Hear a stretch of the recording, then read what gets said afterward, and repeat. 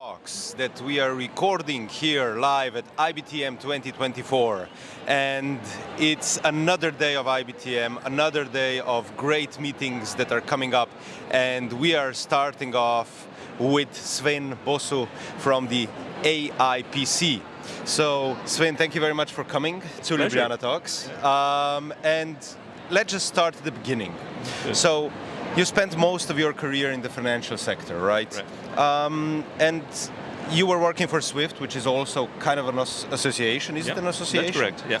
And could you tell us more about how your career took kind of this turn to get to where you are today? Yeah, true. So in the first 15 years in financial services, I was mainly involved in transformation management, so reorganizing departments, etc. And that was really helpful when I joined AIPC in May 2020, because we're in the midst of the Corona crisis. And so members were being shut down, and we had to reconfigure the entire association, do it very differently. So that is skill set which has definitely helped. And the other one was the last 5 years at SWIFT, I ran Cybus, which is their big flagship event, 8,000 baggage for 4 days. And that gave me the client insight, which is really helpful when I discuss with the members now. And what sets apart your association from other associations of our industry? We're a really small niche association, so it's only about convention centers. So when we have our annual conference, it's only the CEO of convention centers. They come there, it's a group of friends, they share knowledge, etc. But that's our focus. Our unique selling proposal is only for convention centers, but the value proposal is changing. We now have a cybersecurity task force, we have sustainability working group, we have a talent program, because our members have really big problems in attracting and retaining talent. So yeah, we had to change a little bit what we do. I still believe, or we still believe, that convention centers are catalyst of the development of destination. Is that still true, or it's changing? No, it's still true. But what you see is that convention centers need to be a bit different as well. They used to be the white elephant in the city, like the big building and you wouldn't go there. And now there's more and more engagement with the community, which is needed because the local community needs to know what is happening, and then they better support what is happening. And for example, I used to work at Astro for a short time. That's a medical association fighting cancer. But if the population knows there's a big congress there, but the purpose is that, then you get local support. What would you say were in the past couple of years, we've seen a lot of things happening. COVID, of course, changed our industry profoundly. Yeah. We've seen digital meetings come up, hybrid meetings.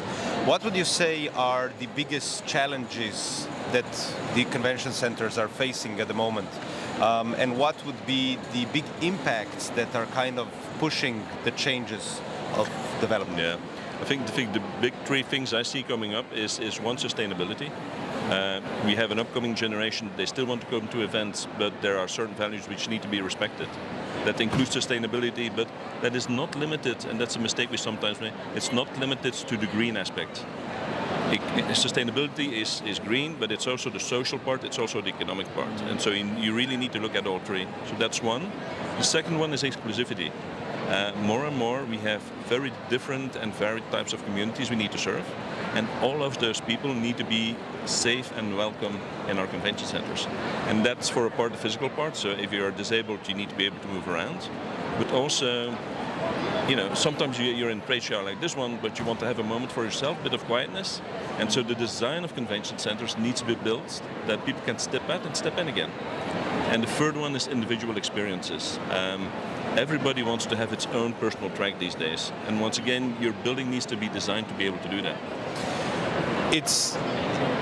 If you look at the development, there's a lot of development of convention centers. Yeah, there's also a lot of rebuild of existing convention centers.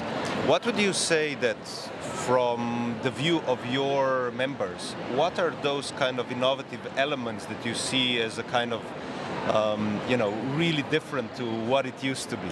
Okay, so what we used to have is, remember those meeting rooms without daylight? And you had tier 2 chairs and you would sit there for 8 hours? That's done. So now it's a lot about daylight, it's a lot about different seating elements, so you have bean bags, you have high-end tables, it's a mix of everything, and once again it's in function of what you want. But the biggest challenge that our convention centers have is flexibility. People do not want to sit in a big room for an entire day. So you need to be able to switch from one setting to another setting during lunch break. And that's operationally a challenge. But if you can make it happen, like the Budapest, the Hong Expo, they managed to do an entire auditorium from theater into flat surface in 35 minutes. I saw that. No, I saw that. It's amazing. Impressive. It's impressive, definitely. But we would like to say event organizers wants to have living rooms instead of boring rooms, you know. So how do you see this situation? How your members are reacting on that? Because you are right. It's not just about the daylight. We must change the way how the convention centers look. So, is it true, or some of the members? Can you share some examples? It's true. And sometimes it's big things, big renovations. Sometimes it's small things, like for example Montreal. They have created within their convention center little areas where people can sit down and network in a different way. And so those little elements reflect Montreal. So you would have a little ski hut. You would be able to do a virtual biking tour. You would have a hangout where you can actually relax. And it's very funky elements. But to be honest, those were lost corners in the convention centers. They're being repurposed, and now they're very successful, and they actually won an innovation award for it. Top, amazing. Another question I want to ask is about sustainability, of course. We know because we measure the good footprint of our events, that energy is really a big issue, and you're part of a solution, I would say. The biggest issue is, of course, mobility of participants, but on the second place always comes energy. So how your members are working on that? I know some examples, but can you share this? Because this is really important. You are part of a solution, in my personal opinion. And if we can solve this puzzle, then of course the rest is not so difficult, I would say. Yeah, I agree. And I think the venues are working really hard on that for sustainability purposes, that's one, but also because the energy prices are very volatile. And CEOs don't want volatility, they want stability. So more and more you see investment in solar panels. So, for example, the Prague convention centers, they invest in solar panels to reduce their energy cost by 30%. And it's perfectly stable. They produce their own energy. So that's a big one. The Bella Center in Copenhagen, they're special because they're both a hotel and a venue. So they focus on, they generate their own energy via solar panels, but they also look at reducing energy, like LED lighting, like being more clever at air conditioning. And so they have a combination of producing about 30% of energy themselves and reducing energy consumption by 20%. So, and it's that combination. That's really a lot, I would say. It's a game changer, right? And it's a big game changer. It's big, really. And there's another, of course, elephant in the room. You know, it's like one would be sustainability, which I think you are tackling, and I think the examples you've given are really good. I think there's quite a few convention centers that have really been innovative in solving the problem, heating problem, energy problems. How do you see the AI stepping into this game? Because it's not just a buzzword. There is a lot of things happening. It's big, and AI can be used for a lot of things in convention centers. It can be used for intelligent marketing, but it also can be used for predictive maintenance of the building, which is big, because if you do that, it's far more efficient, and once again, the resources are used far more cost effectively.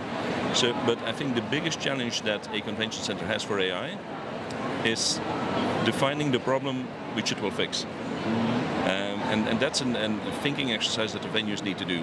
What's my problem? Is it maintenance? Is it my sales staff is wasting time filling out paperwork? Is it my finance people, they're doing invoices, but they could be doing something else? And once you have defined the problem to fix, then you find the solution. What we see quite a lot, and that's not only with convention centers, is that people are so impressed with the bling-bling tools that they try to find something to use for that tool, but that's not how it should work. It should be, what's the problem, and then you use AI. But for me, AI can be extremely powerful to increase the value convention centers deliver to their audiences. It's a very good point. I would like to challenge you a little bit. We are here at IBTM, and IBTM is a trade show, let's call it one of the bigger ones. How do you see the future of trade shows as such? I think that there's still a big future for trade shows. I think they will be shorter, and I think what you'll see happening going forward is that, for example, if I come to a trade show, AI will be used to say, okay, that is Sven, that is the persona he is, this is a track we propose for you, and that makes it really personal. It's no longer, okay, I arrive here in this trade show and figure it out. It will be far more, we know you, this is what we believe you want to do, this is the agenda we propose. And that's going to be powerful and also far more efficient for me to do that type of thing. A provocative question. Is Europe still number one when we are talking about convention centers, or there is something happening around which there's a it's lot. like automotive, you know, so we believe that we are the best, but there's a lot happening. I think what you're now seeing in Saudi Arabia, they're building beautiful convention centers, and they combine that with training the staff to make sure that they're managed correctly. India, there's a really big project going on of building 6 convention centers in one go by one conglomerate. wow. China, you have a new convention center like every month there's one. And we're actually going to Shenzhen World next year for our annual conference. It's 400,000 square meters of convention center. It's the biggest in the world. And it's going to be really interesting to see how they manage that. I think the advantage we have in Europe is that we have the great combination of good convention centers and beautiful destinations. And that's an advantage you need to leverage. But if you look at design, if you look at technology, there are some great examples out there of beautiful buildings. About your growth, actually, of members, I understand that you are a group of friends, as far as I understand from your explanation. But do you want to expand membership? What is the plan? So for the moment, for the first time ever, we have more than 200 members. We have a pipeline, so we want to attract between 5 and 6 new members a year. The thing is, they need to comply with certain quality standards. That's very important. And 2, we don't want to grow for growth. What we want is actually have members who engage, who participate in our activities, who are willing to share information and knowledge, so that as a community we can grow. It would be nice from a cash flow perspective to have like 50 members who simply pay but don't show up. But that's not what we want. We really want to engage with a membership because there's so much we can learn from each other. So we have a growing Chinese membership, for example. They are really interested in, okay, but how do you do international business development? Because they don't have that much experience with that. We are interested in their technology. For example, the Shenzhen World Center, they have 8,000 cameras inside. Right. So how do they use that? What can you use it for? It's really impressive. So that exchange of knowledge for us is really important. I mean, I would love to know more about what they do with those cameras, and I mean, there are many things that we see are happening outside of Europe that is really exciting. I know at ICA Congress, the Saudi Arabia representative mentioned they are building 1 million square meters of exhibition space. Creating all these new spaces will create a new set of options and realities also for associations. How do you see the market adapting to all these new spaces? Yeah, I think it's going to be double. One, yes, there are going to be shifts of existing associations who are going to go to those new places and discover. But I think for me the positive news is that the entire pie is going to grow. If you look, for example, at Africa, if you look at the projected economic growth over the next 10 years, it's massive. And there is a clear correlation between GDP and events.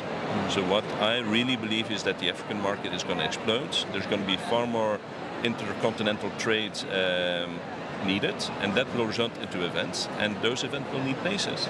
Saudi Arabia is a beautiful gateway between India and Africa, but also on the continent you see big changes happening. Cape Town Convention Center is a great example of that. They do events all year round. They're full. They're really deep benchmark when it comes to Africa. So for me, yes, there's going to be shifts and movements, but for me the pie, the total number of events is going to grow. Because one thing that we've seen, especially in Europe, I can say that we see that especially European associations, for the first time ever probably, are in a position where they're trying to find venues that have availability. There are so many events happening. The venues are full. Yeah, they are. Where do you see the biggest changes in Europe in this regard? Yeah, I think what we see is You're absolutely right that the venues are full, they're doing great business. But you should also look at it from a customer perspective. You want to offer that unique experience to your delegates. And I'm going to speak against my shop, but sometimes that unique experience might not be sitting in a convention center. You might be looking to something else. You might be looking at a museum, you might be looking at a concert hall, and use those spaces to offer that unique experience.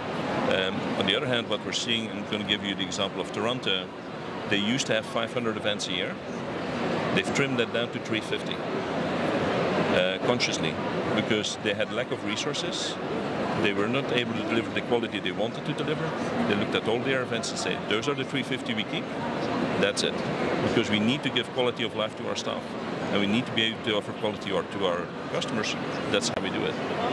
Interesting. Is it true that the prices of convention centers are now higher for 60% in comparison with 2019, or this is a lot too much?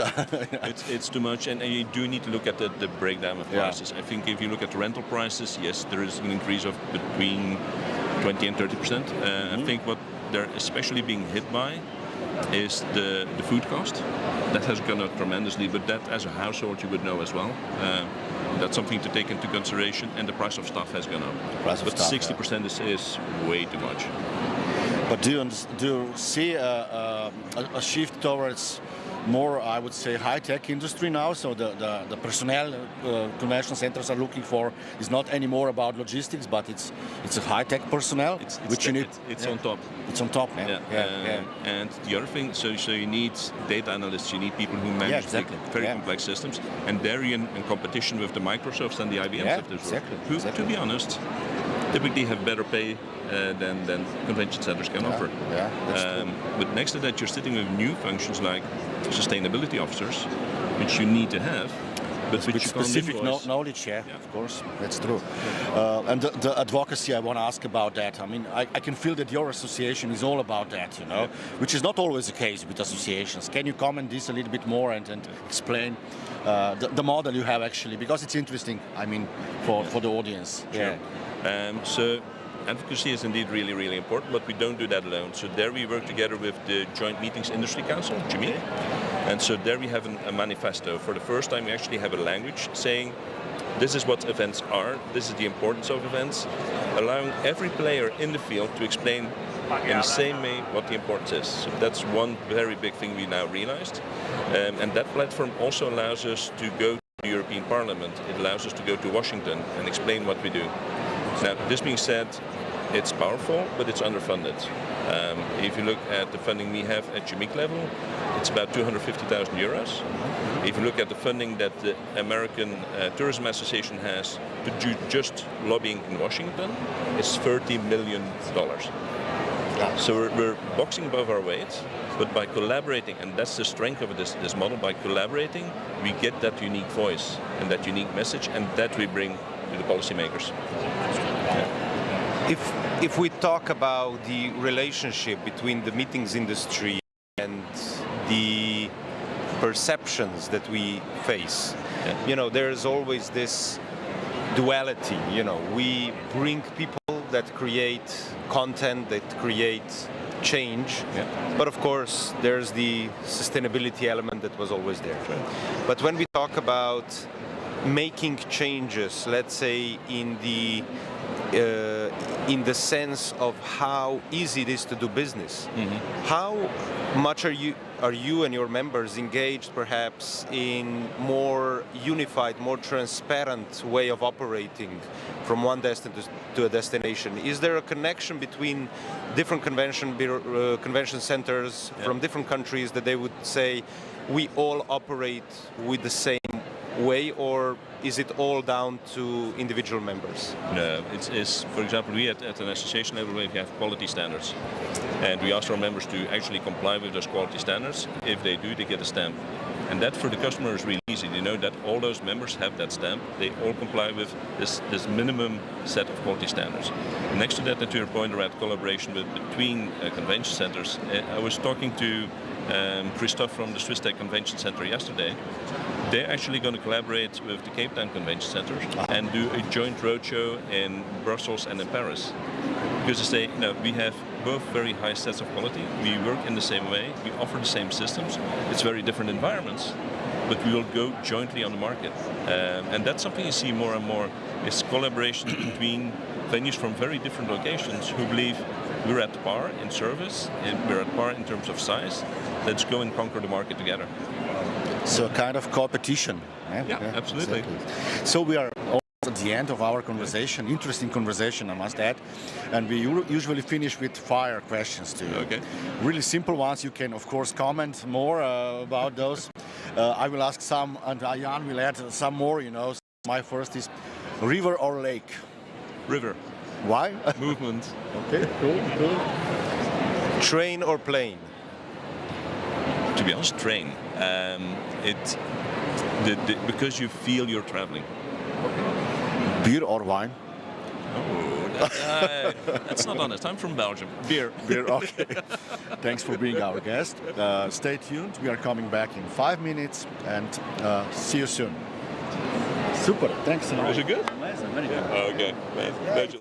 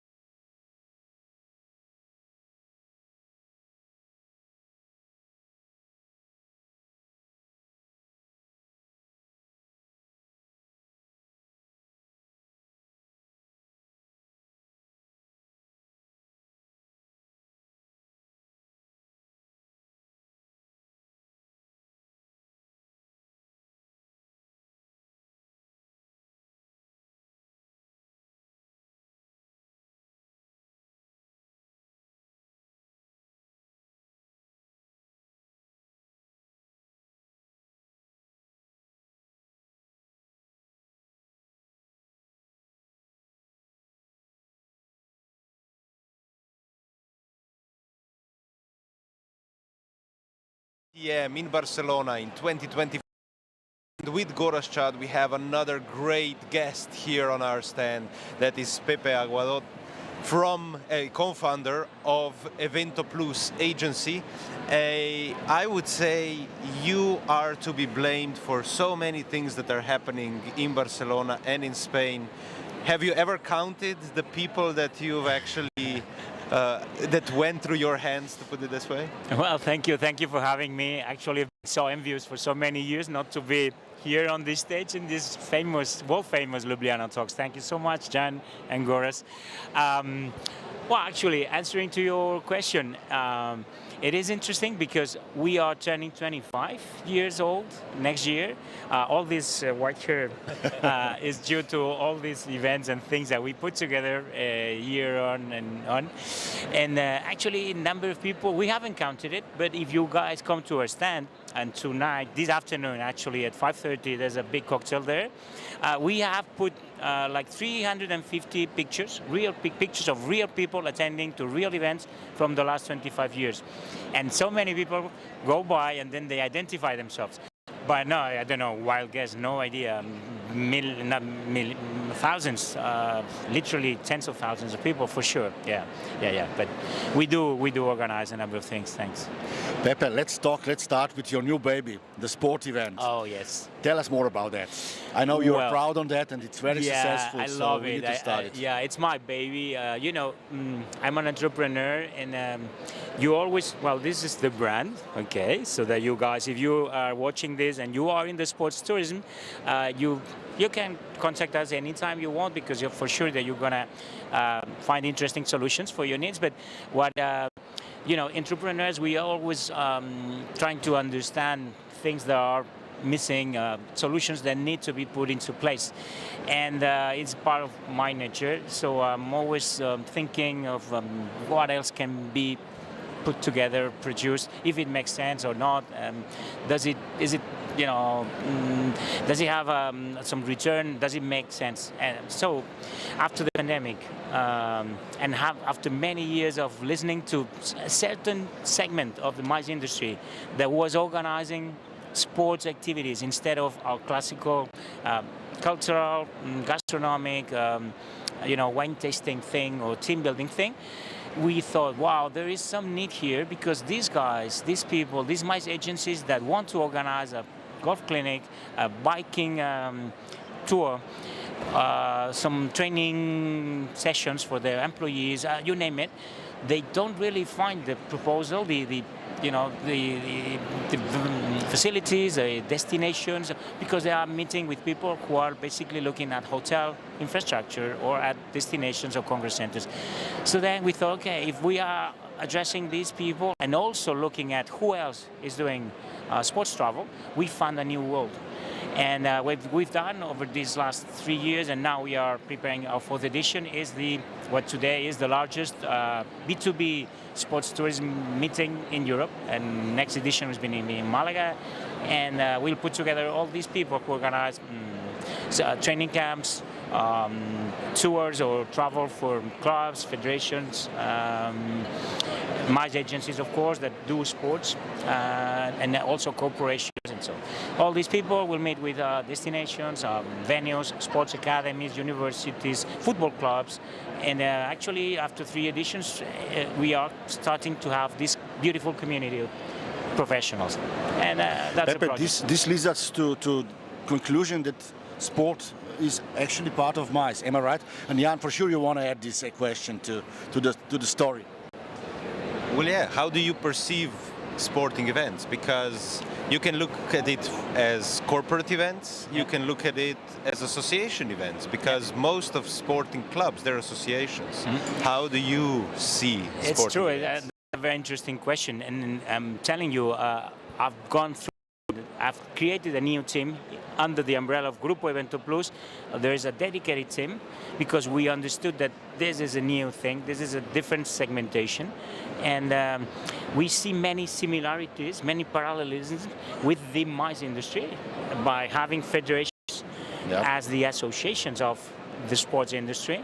Actually, there's an event, a very nice event called the Federation Summit in Geneva, where federations look for large host destinations.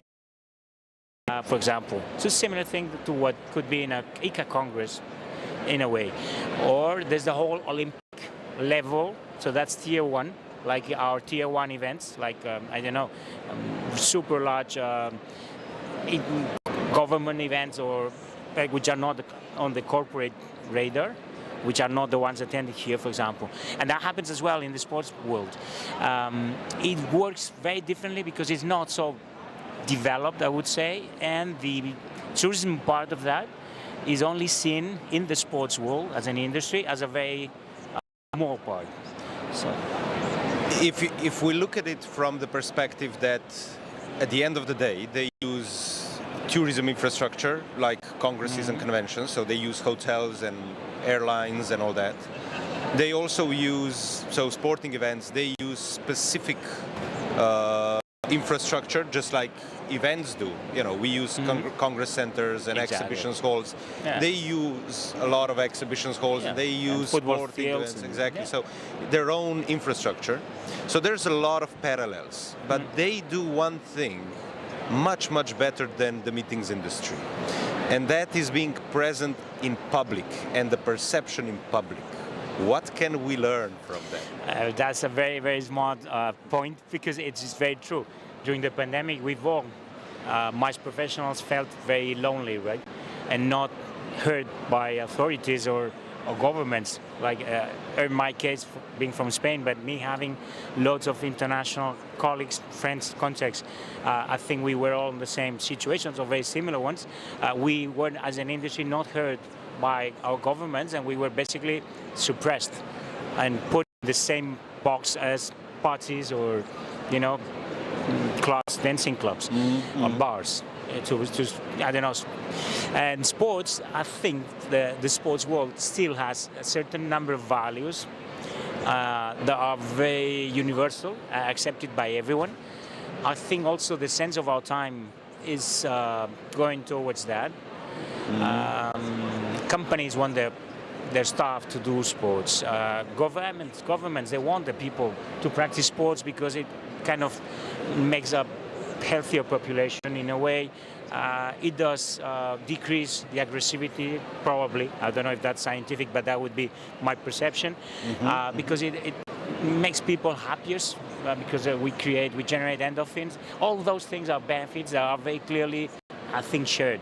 And they're not being put into question in a world today where everything is now being sort of questioned, even from irrational perspective. So I think that is a very strong value. The other one would be, to me, the B2C aspect of sports, the mass consumption of sports, the mass media taking care of sports. When we organize a scientific congress, basically no one, even the Mobile World Congress here in Barcelona, 100,000 people, everyone has a mobile device. You hardly see anything in the media, in the general media, because it's, I don't know why, it's not interesting. So they believe, you know, the media owners. I don't know. Pepe, completely different question. Okay. Who we are actually? Business events, meetings industry, Congress tourism. Who we are actually? What is your MICE? What is your answer to that stupid question? I know it's so complicated. Complicated, guys. Huh? I don't know. I mean, we are more or less same age. Maybe you're a bit younger, but ever since we started, even IBTM didn't know how to call themselves. It was IBTM. I don't know if you guys remember that. Yeah. And the site is changing, trying to use the same acrostics, but it's not a society for incentive travel executives anymore, but for, I don't know, imaginative traveling or development. I don't know. We cannot name ourselves. I had this conversation yesterday with Guatemala. There was a high official there, and I was talking to him, and he mentioned MICE, and we were speaking Spanish. He said, "Oh, in Spain, you guys still use the word MICE." That's funny, because our Portuguese brothers, they don't use MICE anymore. They use meeting industry. So they say, am I? Yeah. And the Guatemalan guy was telling me that the Spanish Academy has officially said and stated that it has to be called Turismo de Reuniones, which is meetings tourism. And then I say, well, I cannot buy that because it's for sure not tourism. Tourism is just the means to all the other things that we do, and I'd rather be results, actually, and I'd rather be under an industry ministry than under a tourism ministry. Because after the pandemic, I thought about this deeply, and I thought, no, the reason why we have been treated so badly is that we are not seen as strategic. And if we are seen only as people who travel, people who just meet for the fun of meeting, it loses all sense. It makes no. We are trying to use meetings in order to change things. And there is nothing transformative in it, you know. Exactly. It's the reason why we are doing exactly. what we are doing. We believe that we organize events to change things, or to better things, or to improve knowledge, or to, generate creativity, generate ideas, a better world of progress in peace, in talks, in politics.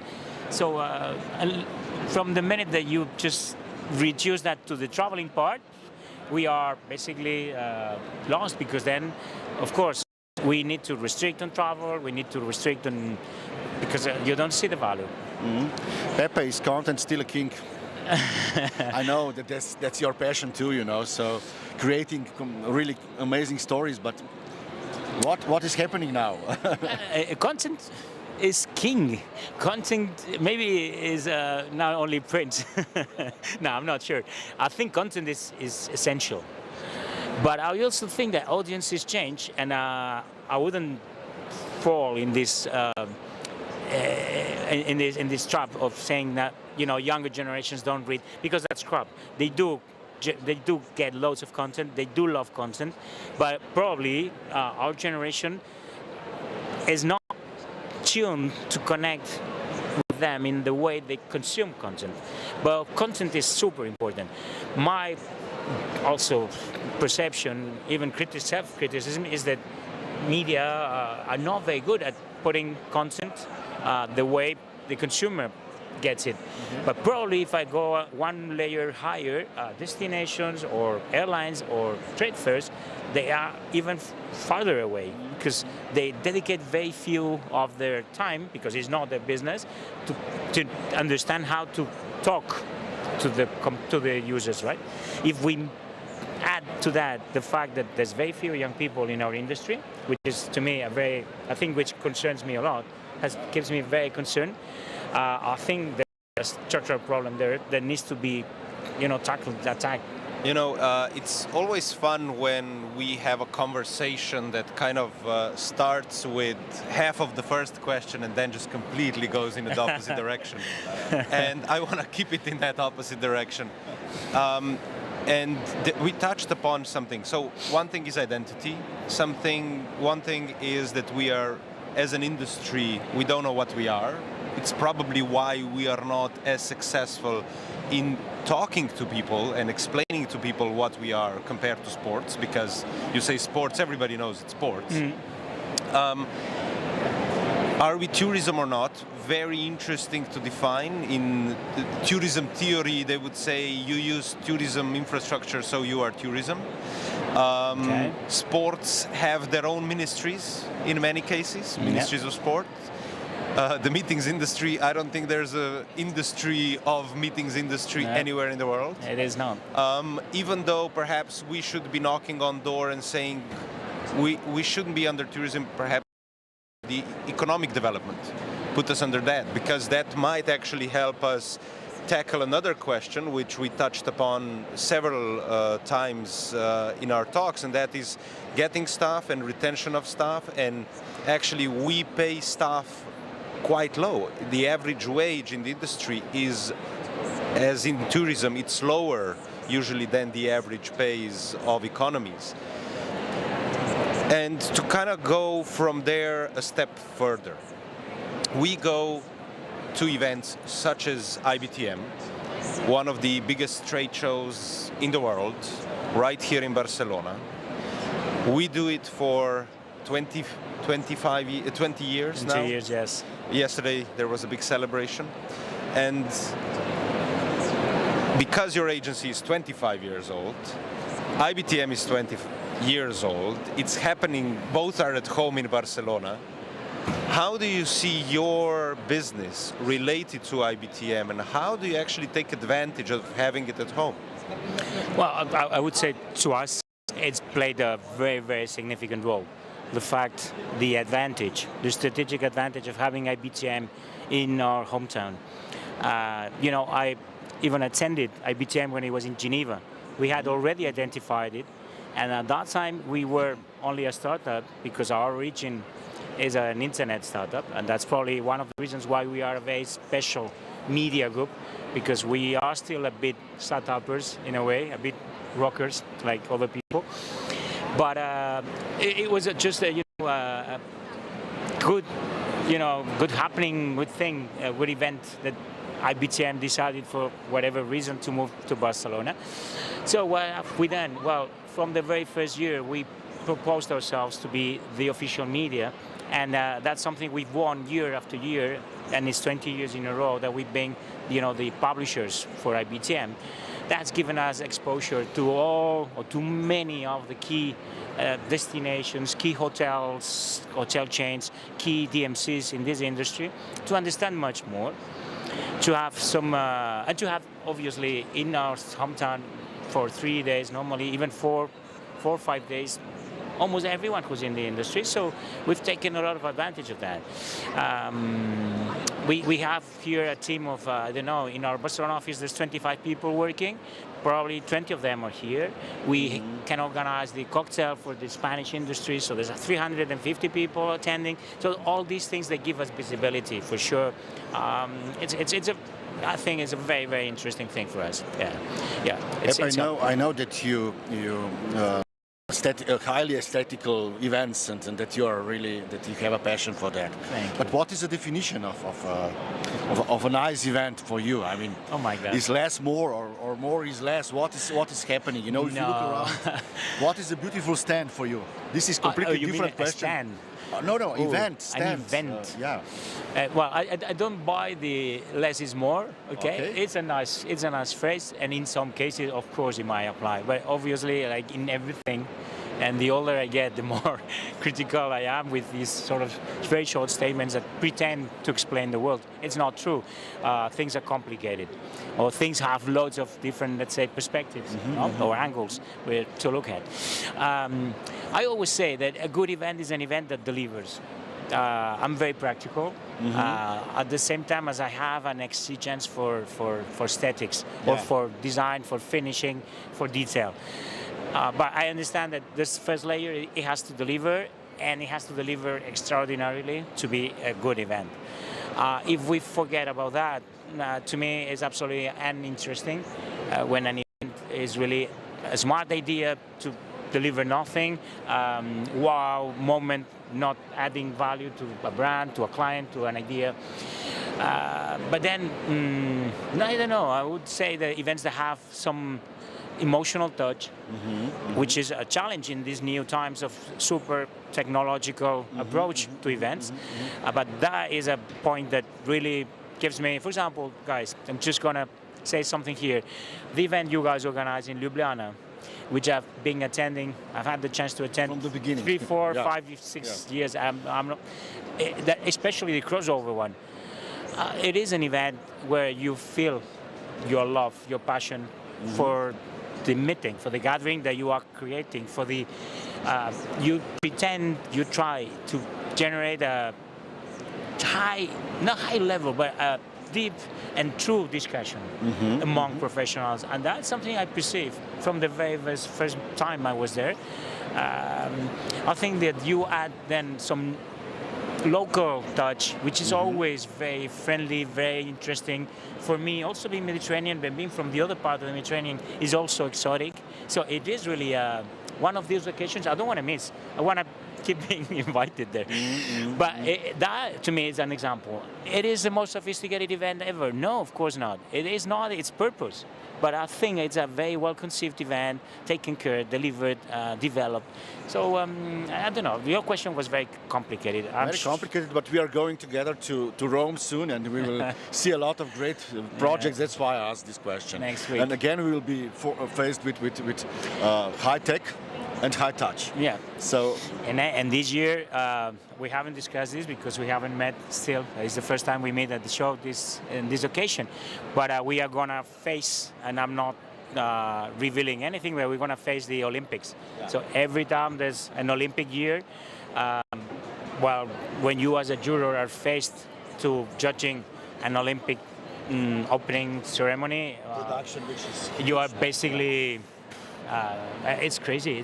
Perhaps our viewers don't know you're talking about being jurists at BEA Awards. Yeah. We are jurors. We happen to be jurors at a very big and international festival of events. And of course, when there's an Olympic year, like when there was the Beijing Olympics, you are faced to judging many beautiful, amazing, great projects.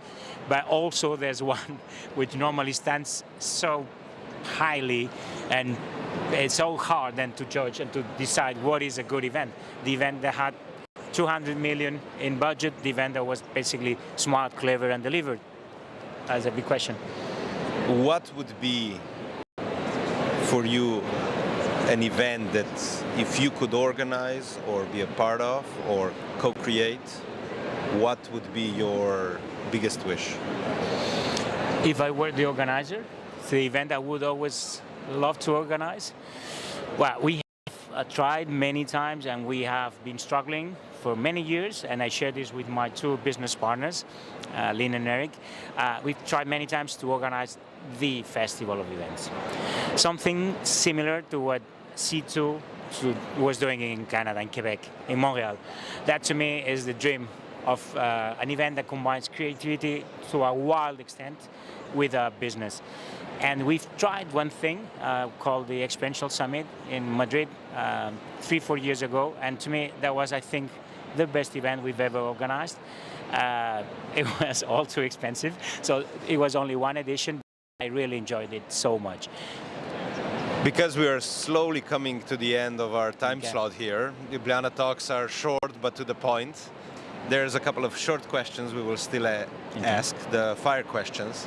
So my first question, and you can just answer quickly or you can elaborate. Apple or pineapple? Pineapple. No, pineapple, no.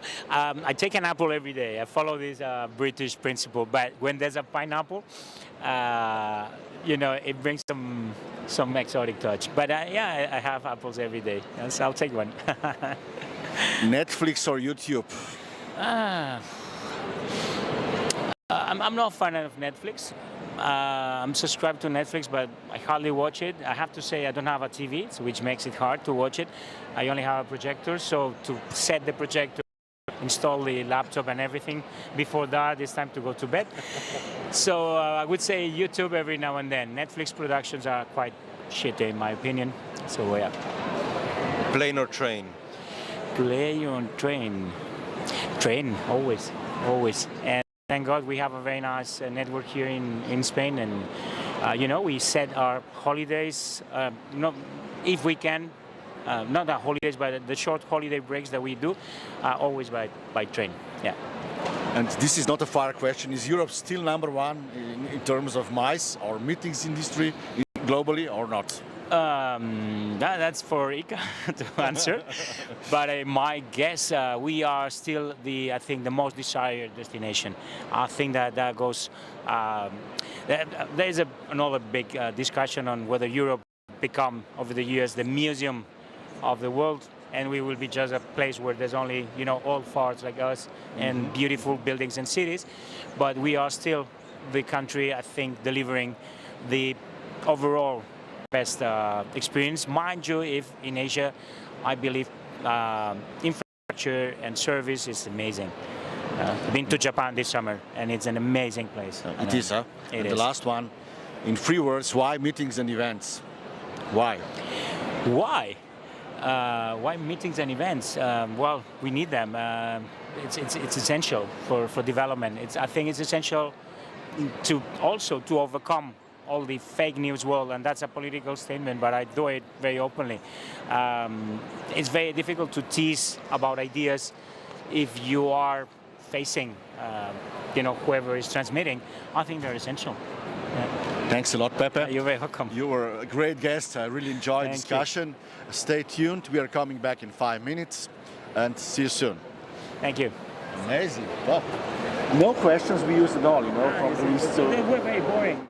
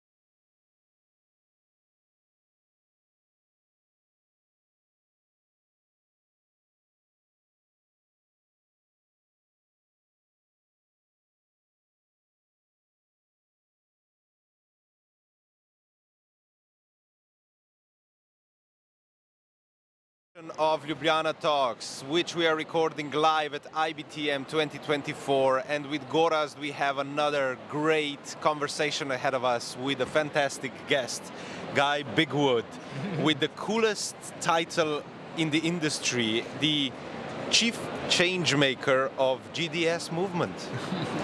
Mr. Changemaker, could you elaborate on that? I thought you were going to say the coolest surname.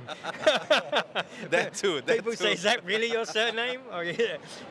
So yeah, Changemaker. I think that was my, the team gave me that because the team is always entitled changemakers. That's what their roles is, because that's what we have to do, right? We have to kind of help destinations and organizations accelerate change. And so out of that, someone said one day, like, you must be the chief change maker, right? So that's how it started.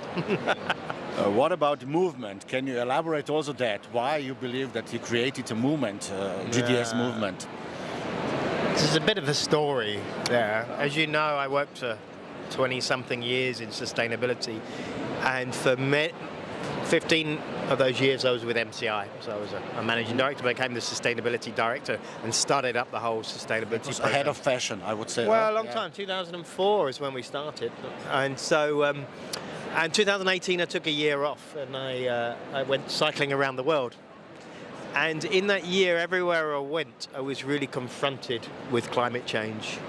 And it made me stop and think about a lot of the work we're doing around sustainability is not making any difference, and trying to sustain the problems that got us into this mess is not going to fix it. And so I came back from that and really thought we need to shift to a different way, to a regenerative mindset where we're regenerating and fixing and changing the systemic problems and issues. And for that, we need a movement.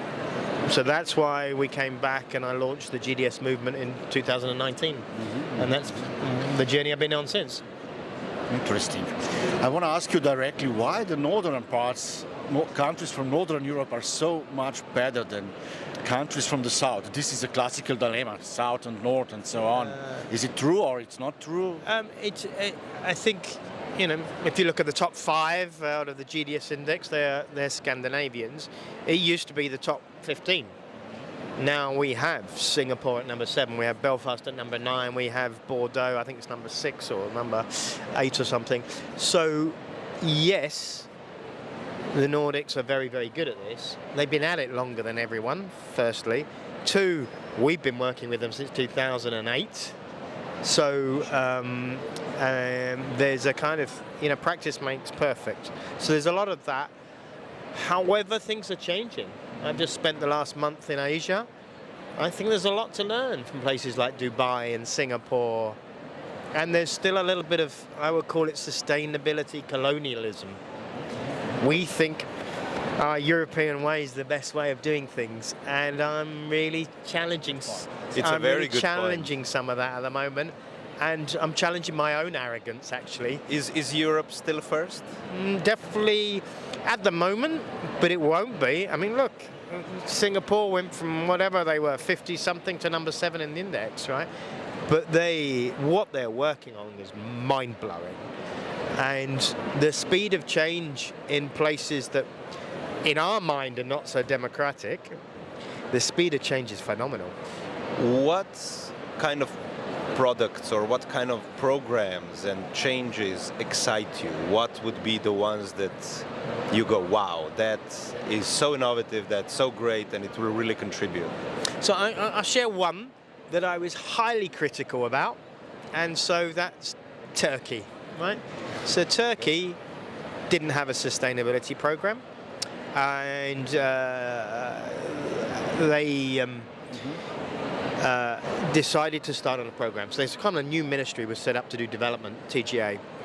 And they looked at hotels and said, you know, we don't have certified hotels. How are we going to move that forward? So they came up with their own program, and they looked at kind of 3 levels, 1, 2, and 3. So level 1 was they just wanted to get hotels doing kind of 10 basic things, a few basic things, and so they rolled that out. A lot of the experts around the world said, this is crap, this is no good, you know, this is not what sustainability is all about. But they now have 20,000 hotels doing that. By the end of 2025, they would have 40,000 hotels that have gone through that and are now going into full GSTC level certification. To a shift from 0 to 40,000 in 3 or 4 years. That's mind-blowing. And it wasn't as good as we'd expect in Europe. We can criticize, but they got them on the bus. And once you're on your bus, you can move them into the right seats.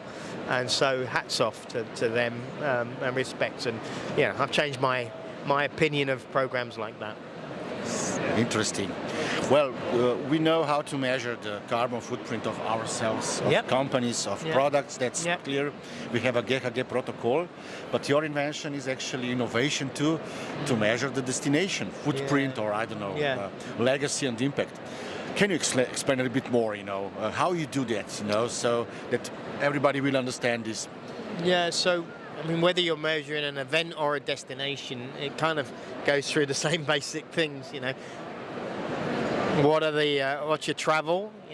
What do you get from the emissions from the built environment, from the products that we buy and the food we buy and serve. So there's a way to do that. There's different approaches. Until now, a lot of approaches will be called in-out or economic modeling. Okay. So basically, if you know an economic turnover, you can kind of estimate how many emissions are per dollar spent in the hotel. And over the years, that's getting better and more accurate. So we can do one type of modeling like that. And a few places around the world have done that. Now, in the last couple of years, we're starting to get better. How do we go out and get the data from the hotels? We can pull data now from the airlines. There's consolidators that bring that in for us. There's some other classic, we can take data from the credit card companies. So we're able to bring in big data now and do much more reliable estimations of carbon footprint. There's still very few people doing that well. There's still very few people doing it. So there's a big shift at destination level, and even at an event level, we've got to shift that too. What is your opinion about compensation? So at the end of the process, if we measure everything precisely, then we know the carbon footprint, but then we have several options. To measure also the regenerative part, or to simply compensate. What is your feeling about it? Are you all for compensations or against? Or I'm for correct compensation, but there's an approach, right? Number one is about reduction. We have to reduce. That's what we're trying to do, and that's where the focus should be on that. Compensation is for the bit that you can't reduce, okay? And it's going to start bigger, and over the years it will get smaller. And that, if done right, is actually a good economic leverage, because we're going to pay a lot today to compensate, but later when we're more at net zero and we've reduced 90% of emissions, that 10% small. So that's a cost basis. There are different approaches to compensation, and this is what not everyone understands, right? You have a reduction, you have an avoidance, and you have an elimination. Okay, so if we plant trees, we can actually start to reduce because we're absorbing some of the carbon, okay? We can invest in things such as stoves, efficient cooking stoves. So parts of Africa are having to cut down trees to go and cook. So by giving more efficient stoves, they use less wood, which means has many secondary benefits. So normally who goes and cuts down the wood? The women. So women have to travel less, or children. So women and children can be in work more, can be focusing on other things. So you've got that. But then, so you've got those, and those benefits may not happen for many years. They're going to happen a little bit per year. So you don't actually, when you compensate, in general, take the emissions out of the air today. The only way we're going to get to net zero is to eliminate emissions. So you need better structured elimination offsets. And so some of that can be good forestry, but a lot of that is going to be technology that is to come, direct carbon capture. New technology today that actually sucks out of the air and turns into rock or stone carbon emissions. It's expensive. It's maybe 200 euros a ton today, but that will get cheaper and cheaper, and we have to have that. There's a very interesting technology that is proposed by a Slovenian biologist, Irena Fonda, and that is that we should be just creating more spaces where oysters could grow. Because oysters actually suck carbon to create their shells. And at the same time, as they grow, they filter the water. So if you put those, and once they are captured, they don't disperse. They stay. The carbon stays captured for a long, long time, and it costs nothing basically. So that's a provocative. But it's a really good one, because what has happened because of this polemic around carbon offsetting, I remember a small percentage, mainly around forestry projects, were not delivering the results. Okay. And The Guardian and others have focused on that correctly, but they made it look like all offsetting projects are bad. None of ours have been affected, and we do hundreds of thousands of tons for clients every year. None of those have been But what's happened is it's stopped millions of euros, or perhaps billions of euros, going into nature regeneration projects, because a good offset project always has multiple benefits: community and nature impact, not just CO2. And so that really is a terrible, it's a crime for me. So that's why we've got to get back and really looking at proper offsets. The GDS index, we've been involved with it for quite a few years in Ljubljana. We've seen it change considerably. It's become much more complex. It goes much deeper. It's painstakingly hard at times. So it's a double question. The first question is, how will you continue? What kind of elements are you integrating in the future? And the second question is, because if I'm not mistaken, Helsinki got 89 out of 100. So there must be space for improvement, right? And really, it's such an interesting dynamic in that we're in a place now that's, on one side, we've got a lot of cities, regions, countries that haven't started. Then on the other side, we've got places such as Helsinki that are highly advanced. And so we've got products such as the GDS index. They're too difficult for some, and need to be adapted, evolved to push others. I think the one good thing the index has done over the years, it's not one of these certifications that's updated every 8 years. As you know, every year it goes through a process and it's updated, which is a pain in the backside for you, because, oh God, we've got to do more, But what we have seen is that has driven change. And the data shows us, and it's mind-blowing. So on one side, we've got to evolve the product to do more. And because of the Green Claims Directive and legislation, we will have to, have more of a path to drive people to certification on one side. And that's always what we've been about. But that needs to be a simpler path. And I'll explain that a bit more in the thing. But on the other side, we actually have to come up with a simpler product to get Asia, LATAM, the US destinations on board. But I just learned from your colleague Jan that she appreciated the process of collecting the data is not so simple, because she believes that because of that it's transformative. So just to confirm, so simplification probably it's necessary, but it's also not so transformative. I don't know if I'm right. No, and you get these two things. Oh, it's too complex, too much.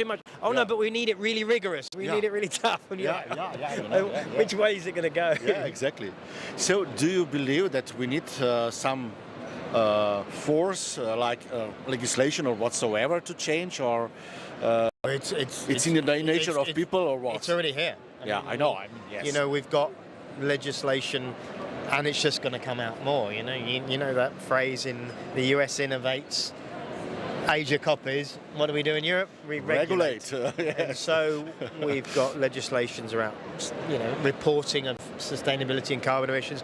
We've got new legislation coming in about waste. We've got legislation about deforestation, and about of course, greenwashing too. We've got the Green Claims Directive and a series of legislation that came out in March. We have new legislation in September 2026, and then we have the final reclaims coming out 27, 28 time when that's finally ratified. So it is a game changer. It is. And again, there's some good parts and there's some bad parts. We are in the middle of the COP29, named by Copenhagen, as I learned yesterday. Yeah. So what do you think about it? Is such an event necessary, or it's now already in the hands of oil lobby, or what is your opinion about it? So and your feelings about it too, I've organised multiple of this as a PCO. I've organised multiple things. I've done a lot of consulting on the COPs, so I know them very well. Probably why I don't go to them anymore. I think there's two sides. The COPs have driven phenomenal progress, and people kind of look at the progress as just as the treaty. And Paris is a good element, and maybe they're not delivering enough on that side. On the other side, the COPs are catalysts for thousands of other treaties, corporate treaties, ones in the finance industry, in the bank industry, in the airline industry. This week you'll start to see lots of little initiatives be launched, and often that's the real catalyst. So I believe in the COP. It's the only instrument that exists. But the actual negotiation on the treaty needs to be fundamentally updated.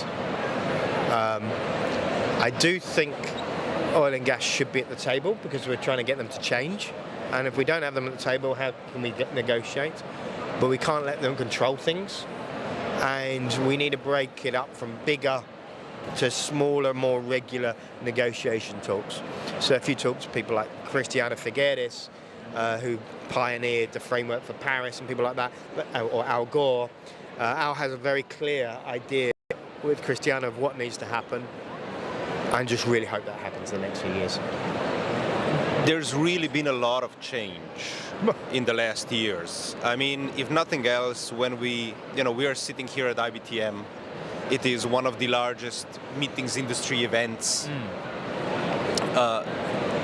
We know it creates business. Yeah. We know it changed in itself. Yeah. We see it with trade shows and how we create events and all that. When we look at the convention bureaus, now it's a standard that you have a sustainability manager. Our Alenka Sorshak that does it for us. That is a relatively new role, and she has to figure it out. And as we kind of touched upon at the beginning, Europe is first in many of these things. How do you see the development of the industry, the meetings industry? How do you see it adapt to climate change? How do you see it put into consideration that we have to do certain things? Are there things that excite you, worry you? So, there's one word that jumps to mind as I was listening to you there, and it's exponential. Exponential. We're going to have an exponential rise of climate disasters, problems, chaos. Just look what happened in Valencia a couple of weeks ago. We better get used to that, right? So a lot of my work now is helping destinations plan how to deal with that. One of the questions we had in the GDS index that was always criticised is, do you have a crisis plan? And that's not our job, that's the city's job. And we had so much kickback on that. Now we're working a lot on crisis plans for destinations. So there's exponential crap that's going to come down. Then on this side, exponential, the good stuff, the solutions. Look at the rise of renewable energy. 3 times growth over the last 10 years. China's installed more renewables than the rest of the world put together. Look at the rise of electric. Look at the rise of green buildings. Look at the rise of sustainable materials. And that's just going to exponentially grow. So we got these two worlds. And so for me, it creates two things. Outrage that we're going too bloody slow. The world's falling apart and we're still having discussions. And we're purpose washing, we're greenwashing to ourselves, that it's still good enough to kind of fly everyone around the world and do needless crap meetings. I'm being deliberately outrageous here, right? But then on the other side, I'm incredibly optimistic that we can work our way through this, right? But how do we accelerate electrification? How do we accelerate alternative fuels such as SAF? How do we change habits and behaviors? And there's many people in this room here who are doing some great work, but we have to go 5 times faster. Well, coming back to GDS index, what is the biggest challenge for your destinations? What is the problem, which is, I would say, really the biggest challenge for all of them? I would say if you ask AI in your system what will come out, you know, the minus and what is the plus, let's say so. I think different things. There's a step change when someone gets a sustainability manager, right? It was less than 5% when we started in 2016. And I can't remember now, but it's 60–70% of the destinations are there. So there's a big change. And so what we've seen is kind of these 3 levels. When you start a program, I've just come from Luxembourg, right? They've just come onto the index and they're at level 1, right? They don't have anything really in the bureau, in the tourism thing. So they will start a basic plan, they will do the assessment, they know where they are, they start a few initiatives. And there'll be a voluntary person, like Alenka was in the past. Then you go to step 2, which I call a kind of integrated step. So then you'll start to there will be a full-time or some percentage of the time will be dedicated to sustainability. So there'll be a resource. They will start, you know, more concise actions, probably in more silos, maybe like a sustainability plan. Then after a few more years, you'll go to embedded, I call it, which is where there is a VP of sustainability that's on the board, on the management team. It's highly embedded. Every department, from finance to HR to sales, has sustainability integrated. The work is shared out, and it's a very big difference in the business model. So you see these 3 steps. So there's challenges at each of those steps. And so I've seen Ljubljana move to those 3 steps. I've seen Copenhagen go, and I see a lot of places still at 1, struggling to 2. So there's the kind of evolution of that. This was an amazing talk. I must say it took us a while to get you on, but I'm pretty sure it's not the last time. Before we finish, because we've come to the end of our time, we usually finish off with a couple of short questions. Okay. And you can answer them quickly or slow or elaborate. Apple or pineapple? Pineapple. Beach or city? Peach? Beach or city? Mountains. Mountains, okay. Beer or wine? Both. Both. Okay. Guy Bigwood, thank you very much for being a part of Ljubljana Talks. Thank you for inviting me, guys. Thank you and keep tuned. Thank you very much. Cheers. Bye-bye. Super, very good. I love it.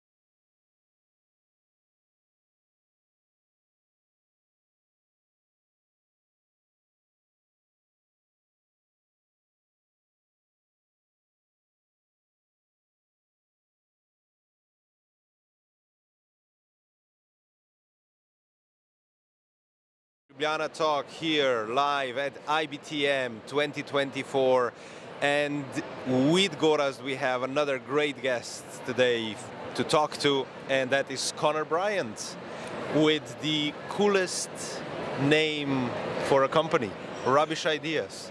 Thank you. What kind of rubbish ideas are you thinking about in Rubbish Ideas?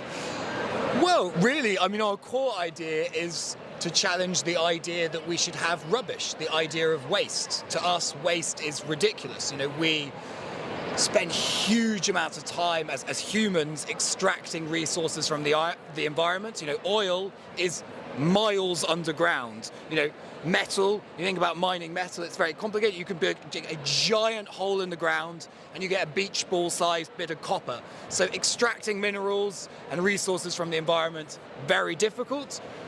Waste contains everything that we need, right? That all of our products are made from the materials that we need to make new products. So it is in some ways completely mad that we have this concept of throwing stuff away, because I think we'd all find it easier if I asked you to go get me some metal. You probably wouldn't dig a giant hole in the ground, you'd go pick up a can off the ground, right? So intuitively, it feels more simple to access, and it is. The only reason that our society doesn't work like that at the moment is we spent hundreds of years investing in extracting, and we haven't spent anywhere near as much time thinking about how we recover our waste. So, would you say that it's our old trash piles that are actually the new future sources of metal and other resources? Absolutely, yes. I mean, I think that's, you know, the mining of landfill sites in the future will be big business. And again, it makes sense. If you wanted to make a car, you know, would you go to the scrap yards filled with old car parts, or would you try and turn a mountain into a car? You'd probably go to the scrap yards. It has everything you need, all of the components, all of the raw materials. They've already been refined, they're there. It's much easier to access, so it makes a lot more sense. Connor, do you agree that our grandmothers were better in preserving Mother Nature than we are now? Yes, absolutely. But we don't actually have to go all the way back to our grandmothers. Actually, if we look at many indigenous cultures around the world, they have a much better relationship with the natural world than we do. So, you know, there are many indigenous communities alive today that still practice a model of much more responsible environmental stewardship that we in the kind of Western or developed world, and really, to be honest, all developing economies have sort of started to, you know, have really lost and need to regain. I would say your idea is also close to the growth model, am I right? And here we are still talking about growth. We are obsessed with growth. So because of the growth, we have a lot of waste. So what is now good for your project? So that we are growing so fast and we have a lot of waste? Fuel your idea, or we need to really think about it and the growth is the right process? Okay, so and actually sort of properly answering your question earlier about rubbish ideas, we are a circular economy consultancy, and a core tenet of the circular economy is following this process of that the first R is you want to reduce. You do want to reduce consumption, and then rethink, reuse, repair, and recycle is the final thing. But that reduction could be seen as a reduction in growth. However, I think that businesses and governments around the world find the concept of degrowth incredibly terrifying, but they also think that's because they haven't thought about it hard enough, and of course are ignoring the fact that we will be forced in some way to do this anyway. But that really what we're saying is we need to reduce consumption of raw materials, but that doesn't actually have to be linked with economic growth, right? You don't have to, at the moment, economic growth is tied to resource consumption, right? But that link doesn't have to be. You can provide services without consuming resources. In fact, you can provide a service that is much more efficient with resources. So you are degrowthing on the resource consumption, but you are increasing the sale of your services and so on. And I think another example is would be digital, right? That in a virtual world, I could build you a castle, and that castle took no resources to build. Yeah, well, a little bit of energy, but we can make that. We can generate that energy from renewable sources, and so we can have growth in that area. So, I'm not on the thing that all growth has to stop, but we do need to stop infinitely consuming more and more resources. And again, that's not just me saying that as an environmentalist, it's just a practical reality, right? We have finite resources. We cannot infinitely and exponentially consume them.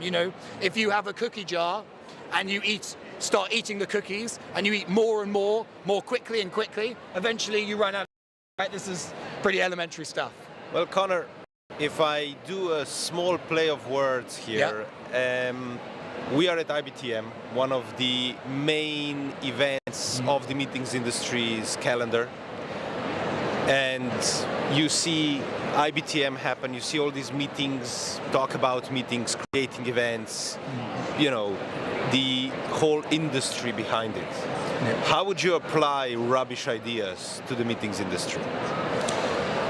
Well, good question. I mean, we work with quite a lot of events in this industry, and essentially our starting point would be, look, all businesses need to make quite a radical transformation to get to an ideal version of a more circular business model. But there are small steps that we need to take to get there. And one of the first starting points is events like this need to start really measuring and understanding their environmental impact. That is really step one to solving this problem. Now, in many ways, we should be there already, right?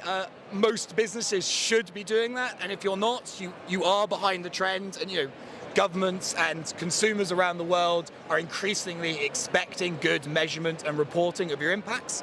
But of course, also internally, right? That accepting that you will have to take on these challenges eventually, it might be worth knowing where your biggest challenges lie and what is really causing your impact, right? Is that, sometimes it can be that your biggest source of impact is something that you can really easily change, but you're only going to know that if you measure your impact, understand where it comes from, and then can identify what your real pain points are. So, by working with the industry, by working with different segments, and because I love the name Rubbish Ideas. Thank you. So, where do you see, or perhaps what kind of changes excite you that you see we are going in the right direction, or perhaps what actually frustrates you that we're not doing it? I mean, you touched upon measurement, so I'm going now into the positive, perhaps.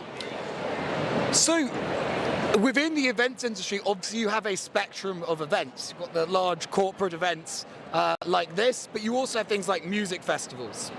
And music festivals have made a huge progress. To be honest, they have been leading the events industry sector on environmental changes, on tackling circular economy issues. And so there are some really good examples across the events industry.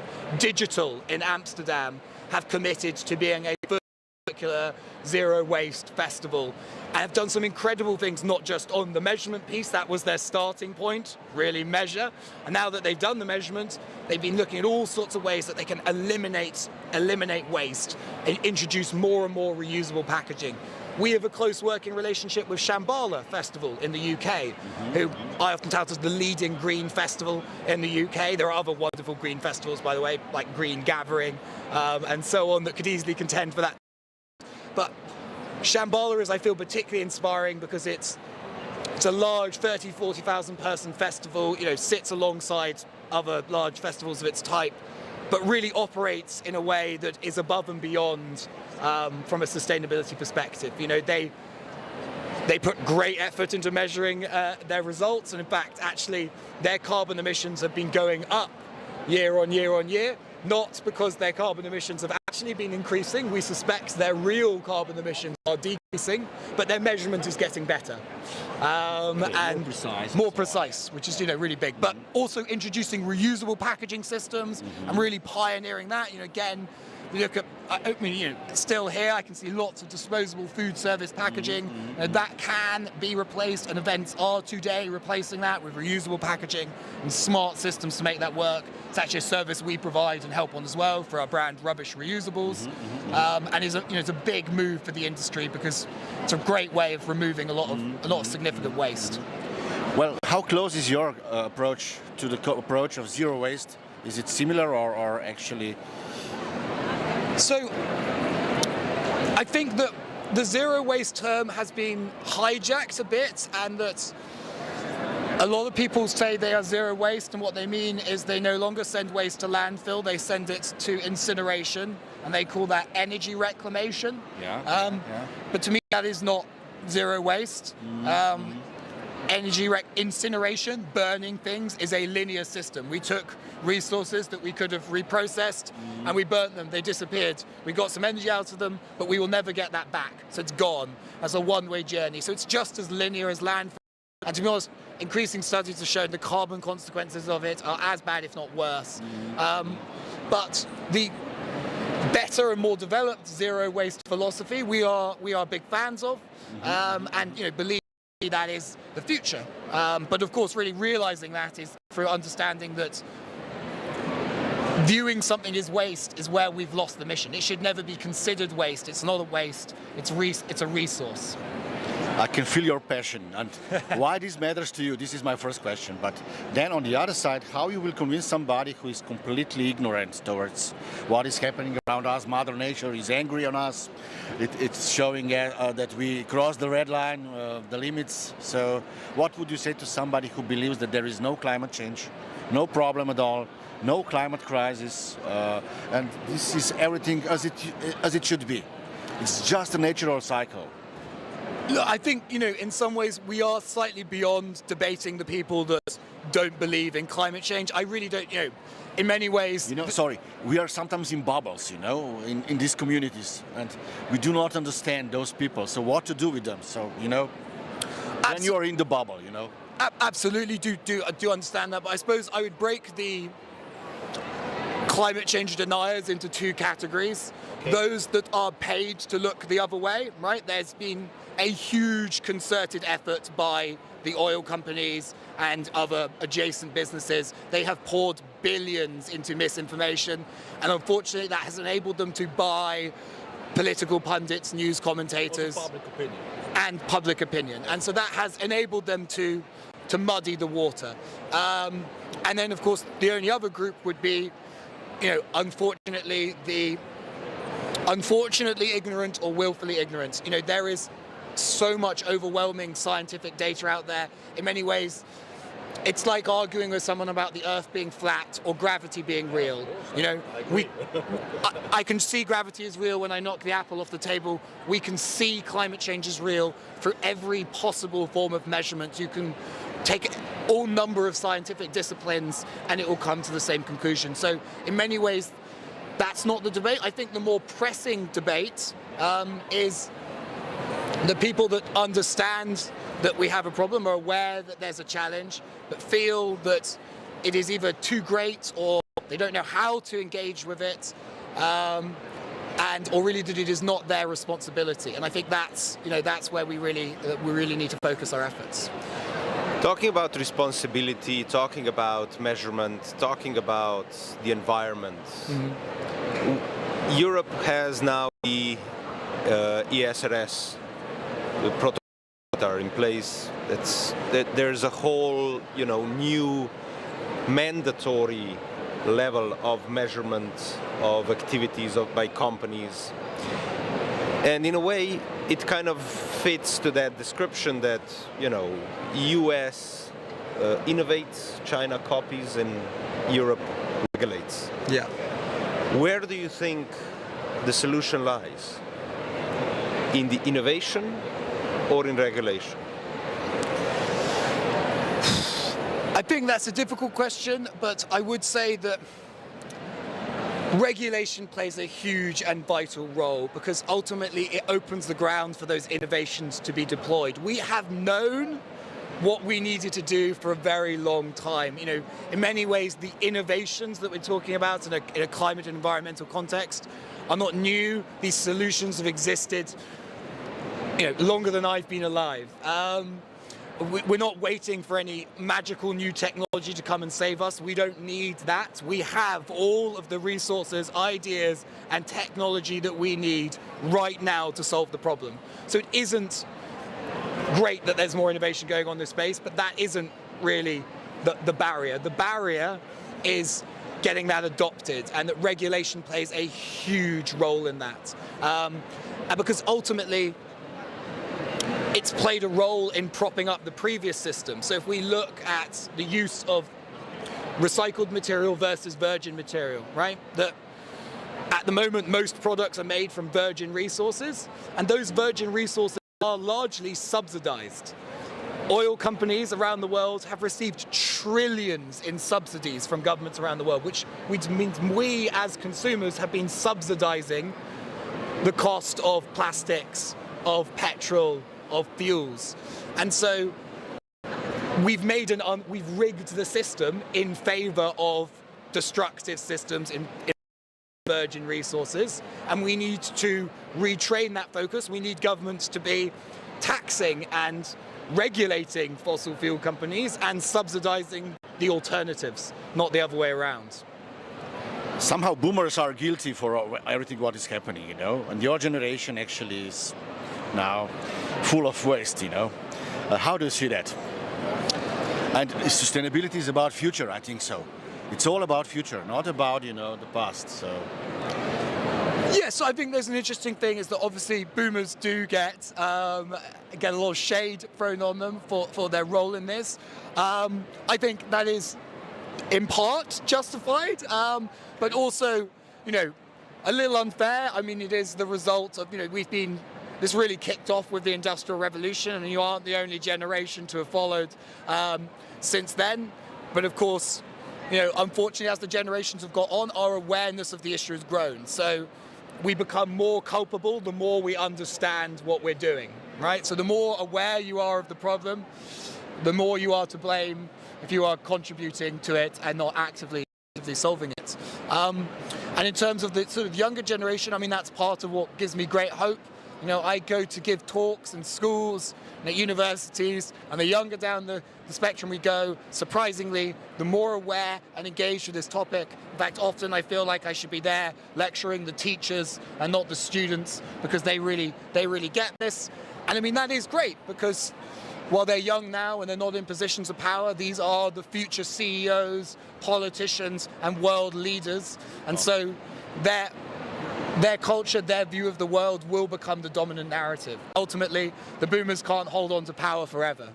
Amazing. Well, let's come to the numbers. We are coming to the end of the discussion, but we calculated a lot of carbon footprints of events. It depends on the size of complexity of event. The waste could be up to 10%, but the majority goes to travel and to mobility and to energy.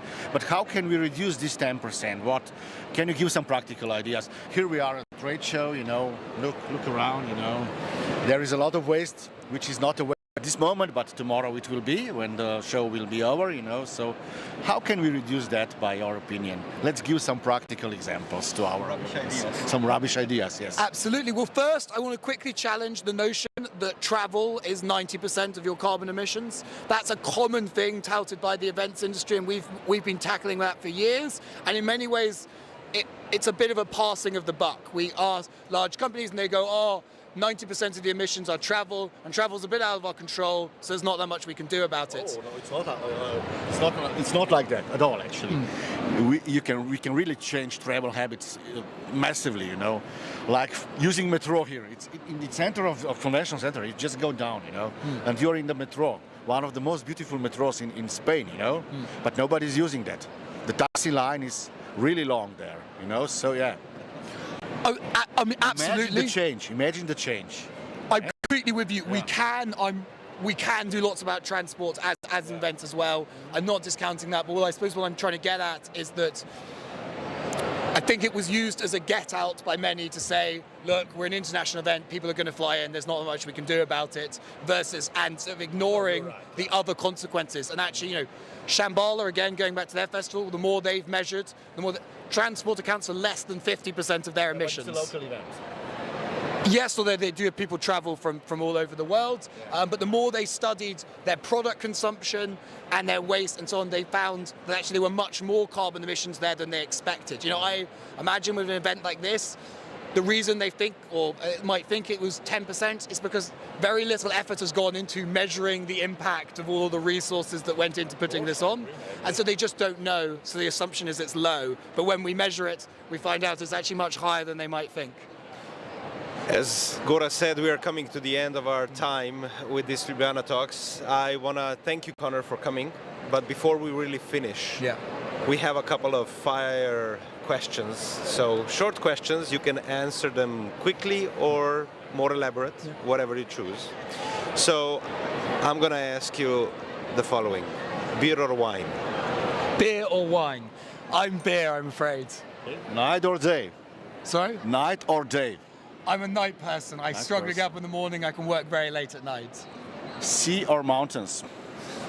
Oh, that's a big... I really love skiing, but I also love kite surfing, and they battle for the top spot. So I think I'm gonna have to say mountains, but my kite surfing friends will really berate me for that one.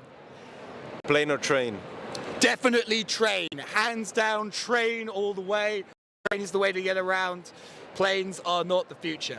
Thank you very much, Connor, to be our guest on Ljubljana Talks. And stay tuned, more fantastic guests coming up. Amazing. Cool. I love your Wonderful. passion and your energy.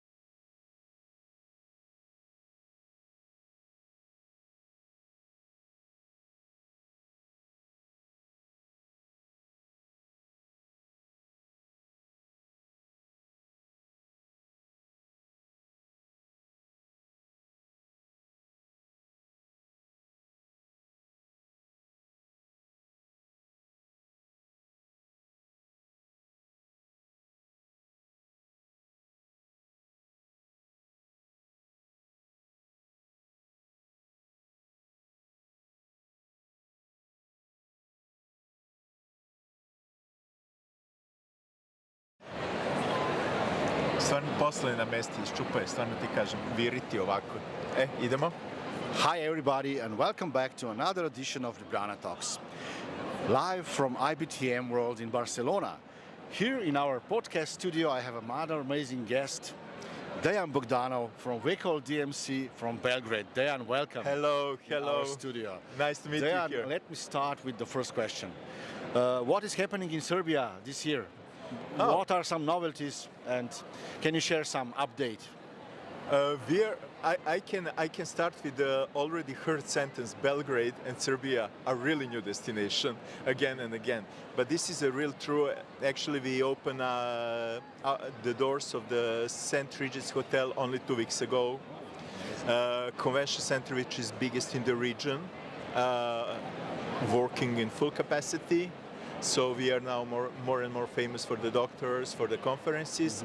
And what is interesting, let's say we are really becoming the regional center for the flights. So what we have now direct flights to China. They announced that they will start with the direct flights to Tokyo. So we are closer and closer. Also, in next 2 years, 3 years, as we will have Expo 2027 in Belgrade. We will have hotel chains like Ritz, like Intercontinental, like Four Seasons. So we are becoming really attractive destination for them. This is really a lot of things are happening. But can you share a little bit more about the Expo? What will Expo bring to Serbia? Will it take place only in Belgrade or also in other cities? Actually, Expo is this will be small Expo, which will take only 3 months in Belgrade. The theme of the Expo is play and fun, where we will have a development of and the showing of IT industry, because one of the biggest exporting products of Serbia is IT. They will bring. They are expecting to bring around 2 million people in this short period. So, as Belgrade doesn't have enough capacity, we will have, let's say, the people will need to introduce with the rest of Serbia. But what brings us is the new infrastructure, new venues, completely new metro stations. So lots of development, and the best thing for Serbia will be because people will finally learn what Serbia can provide. Amazing. Let me go back to the big moment of this year. You know, you received the award at Conventa Best Event Award competition for your event for Vela company. Am I right? Revlon. Sorry, yes. You're always you are well known by your creativity and your creative projects. But why you convinced the jury? You know, with your project? What is your idea? Why this project was so special? Because it was really amazing. By the way. Thank you very much for so nice words. And it's for us, we are always like to work on events and to make it something different and something special. And this was one of the events that we thought, it's interesting because we bring the creative director from Revlon first time in this region. We had more than 1,000 participants who was integrated. But for me, it was also a special part. I like to participate in Conventa Best Event Award because it's, I cannot tell only one, but one of the rare awards where you cannot buy award. So thanks for that. But being, let's say, part of the competitors, and where you have so fantastic jury like Patrick, which is my, let's say, mentors for so many years.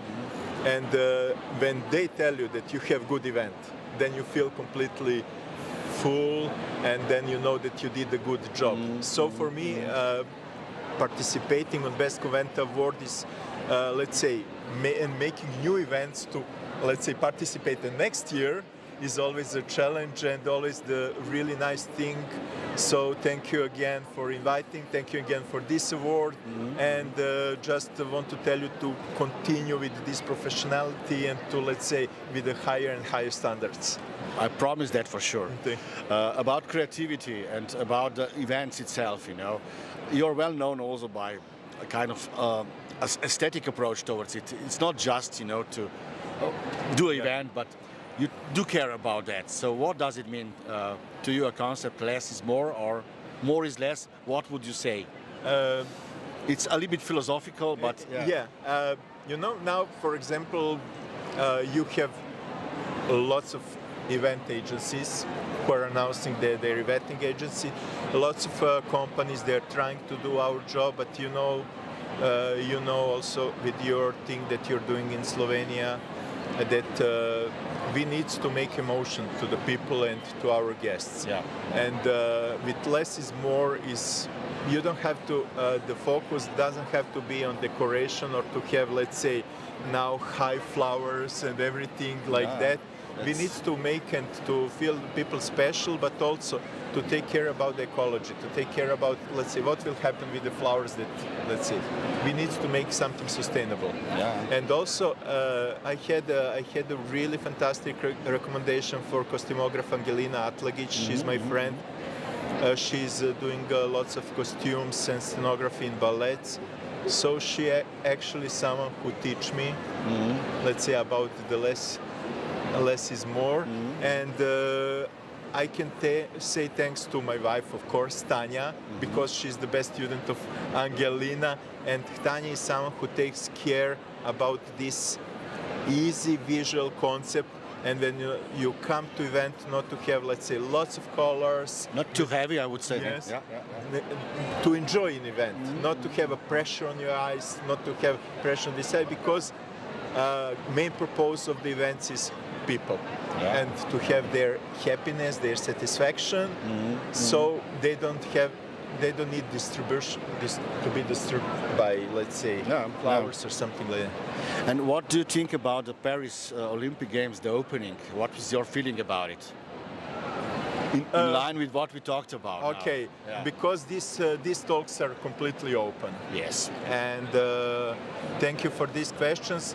For me, the Olympic Games, I saw that it was lots of effort there, lots of money invested. But I think that the attraction and to try to make it something different was done on the wrong way. I think that Paris deserves much more than the opening that was like that.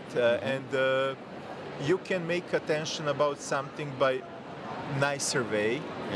And sometimes, let's say, we want to be more proactive to make it something extraordinary, but this extraordinary can go in wrong way. And from many sides I heard that people didn't like it. And you know, Olympic Games are sport. It was so like a TV production somehow. Yes, it was like, but scene by scene by scene. Yes. And the focus on sport was lost. And the sport can provide lots of nice moments. But of course, somebody smarter, somebody who is paying more than me, let's say, made it. Coming back to Serbia, well, we saw the new stand you have. Actually, there is a lot of things going on. We can see a new, I would say, movement in the Serbian meetings industry. The stand is much bigger than it was ever, you know. So, is this a sign of some revolution happening, or what's behind? Yeah, unfortunately, we are following strategy step by step. So. I would like that it's a spaceship that will, let's say, make it this stand to be and larger and everything.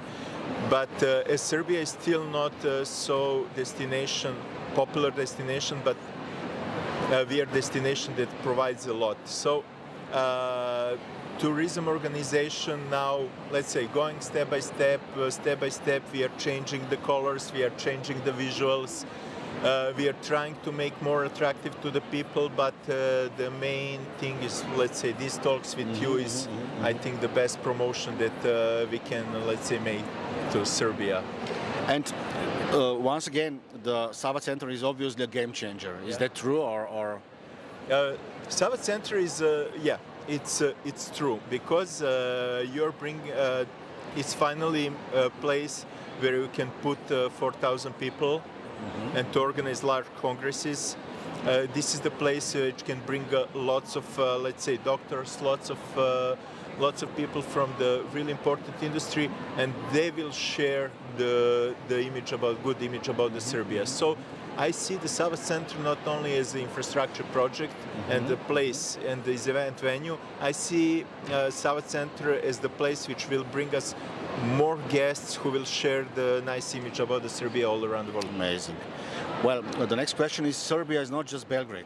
You have many more places. I know many of them. I'm a big fan of it. What would you be your suggestion to somebody who doesn't want to go to Belgrade and organize event? Let's say so that this is a corporate event for 500 people. Yeah. Unfortunately, let's say all these beautiful places that we have Serbia are far away from Belgrade. So we need to take, let's say, 2 or 3 hours by buses to take them to the beautiful mountains that we have, or out to the city of Novi Sad or something like that, which is only 1 hour. But now in the moment when we are taking care about the carbon zero events, and when we take care about the sustainability, so we will need additional transfers, which, let's say, lots of companies, they don't like, they don't want to spend. But now I hope that this thing will change by opening the new airports, which we'll have in Kraljevo, which make Koponik Mountain much more closer to the corporate clients. Much more accessible. Yes, let's say so, yeah. But Serbia as a destination, let's say, can provide a lot, really a lot. But also for these kind of events, for more than 500 people, we need more infrastructure, more nice hotels in the, let's say, regions outside of Belgrade. And how do you see regional cooperation in the ex-Yugoslavia region? We are all friends, but what about the cooperation? Is it there or not? I think that it can be much better cooperation. So, as still people from the Europe, especially from around the world, out of the Europe, they see us as Yugoslavia.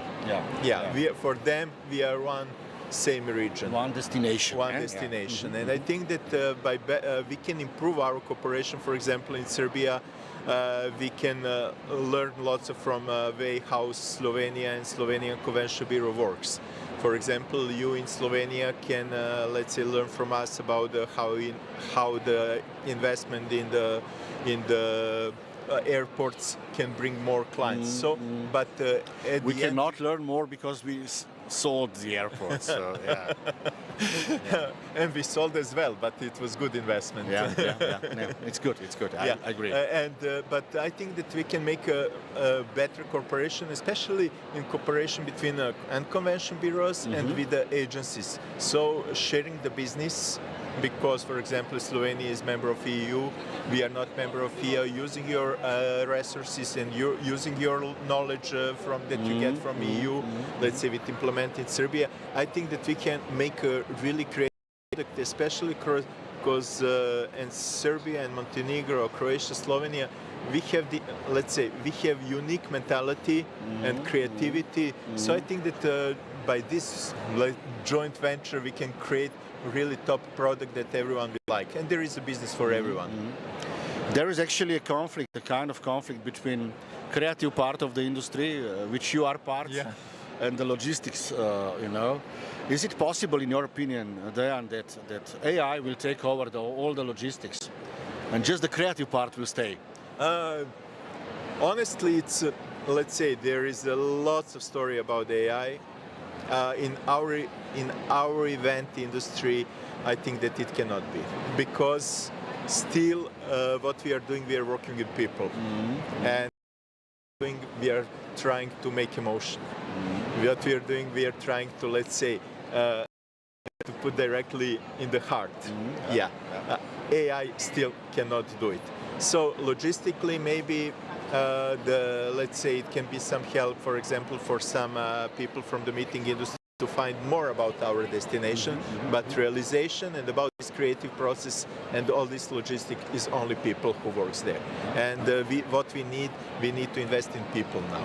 That's the resource that we need on all our regional market. And we are coming to the part of the discussion I would like to open about sustainability. How big is this topic in Serbia? It's better and better. I'm proud of that, and what we are doing now. we have many initiatives, and from the chamber, let's say regional chamber of commerce, for example, some local companies like Stada companies, Hemopharm company, they organize the ESG forum. They bring lots of local companies and authorities to develop the, let's say, to develop the mind and the mindset, how we can improve our influence and what we can do to make it, let's say, our surrounding better. So it's better and better, and also I'm happy that we are part of that. Because of that, we made last year our green map. Let's say how we will create events till 2030. So that's something, and also I want to see your planet initiative to see how we can calculate carbon. I mean, the calculation is just the beginning, but I'm really asking, and I'm happy that you have this will that you change the way how we organize events. But let me give you some examples, and this is also a question. We have a problem with the transportation of participants. So how would you touch this problem actually? Because it could be a problem or it could be a positive thing at the end. And with all the accessibility now, we have the shame of flying or whatsoever, which is on the other side compensated by positive things we are doing as an industry. This is what we call regenerative effects. So I think we should learn to measure also that. And not just talking about carbon footprint, but also that positive effects. What is your opinion about that? For me, I think that we have to change the mindset of the client, because we have too much greenwashing. Everyone speaks about that, and nobody wants to react and to work on that. So doing the activities, for example, if they come to Belgrade, we can organize choosing the right hotel on the right place and making activities which are around that, and using only by food. And sometimes it's not something the best, but if you think about that, if you think that you want to have an impact on, let's say, pollution and to reduce the transfers, then you can do a lot. Also, it's in mind of client when they speak. Okay, we want to do something nice. Okay, let's do it nice. Let's do it at the end of the event. Let's plant the trees.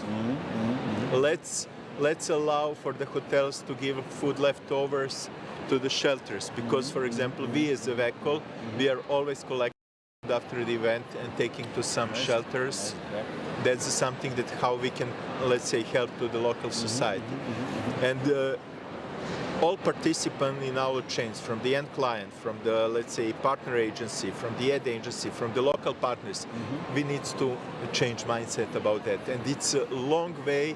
We need to stop just to talk about that. We need to work together and to have a real mind that what really we have to do. I'm super happy about that. And then we are coming to the end of our today's discussion. I always ask you the same, what would you be your best idea for incentive in Serbia? Can you share some examples? I know that you're always full of crazy ideas. Honestly, there are plenty also ideas, but I want to back a little bit to the roots, and for some ideas that I couldn't realize it before. But for me, the best incentives are CSR activities. So one of the incentives that we had when one Swedish company made the children playground in the city center, in the hospital, where they build the children playgrounds for the kids in the wheelchairs. So that's the best impact that company can have. That's the real touch of the event, and giving back to the local society. It's not, of course, it's feelings, but it's good and positive feedback for the company. They have reduction of VAT. They can have a PR that they did it something nice. We need to think, let's say, on a little bit higher way. It's not just incentive. it's improving of business. It's this is a full transformation also of the mindset of the clients. Yes, and that's something, and especially when you do something nice like that, when you have the kid in wheelchair who can finally go to the playground to have some fun like other kids. What is better than that? Yeah. We can be, let's say, creative. We can make really nice, interesting events, but let's make something nice and something human, because now, let's say, and you see on the fair, there is less and less contacts. There is the people lost their connectivity, and that's the reason why I like to speak with you, because let's say the connectivity that we have, and let's say the connectivity and the vibe that we have, let's say, between Slovenia and Croatia, it's something amazing, and we need to keep to develop that. I absolutely agree. But what is your opinion about trade shows like IBTM? We have two big trade shows. Is there a place for another one, or how do you feel about it? These places, and IBTM and IMEX, let's say the biggest trade shows, are now for me are places where you just have to show up.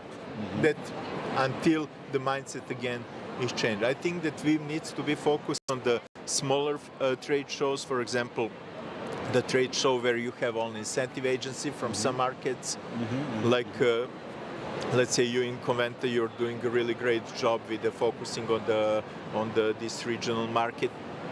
But here, for example, you have PCOs and associations, and it's a huge variety. And for example, hotel and DMC, it's completely different product. So it's too many people, and what's also going on, let's say, with this feeling of lots of diaries, lots of meetings. Some who comes in the morning, they will forget till the end of the day. That's true. Yeah? It's really busy. It's like really a beehive. We need to, let's say, I think that it needs to be more focused, smaller, and let's say more oriented also to the exhibitors who are showing that. So, but you never know. Let's say what. We had the COVID, the things were changed. Now it's coming back, so you never know. Maybe the next step will be AI conference. Metaverse. Metaverse. Deki, the last question I have for you, the last two questions, is why Serbia in 3 words, and why Decol in 3 words? Why Serbia in 3 words? New, creative, funny. Okay. Why Decol? Professional, unique, the best. Amazing. Thanks for a nice interview and a nice talk with you. And stay tuned, we are coming back. Thank you for the invitation. And should we, let's say, finish our chat? Yeah, that's true. That's true. In a proper way. In the proper way. Yes. Na zdravje. Cheers. Cheers. Cheers. Živjeli. Živjeli.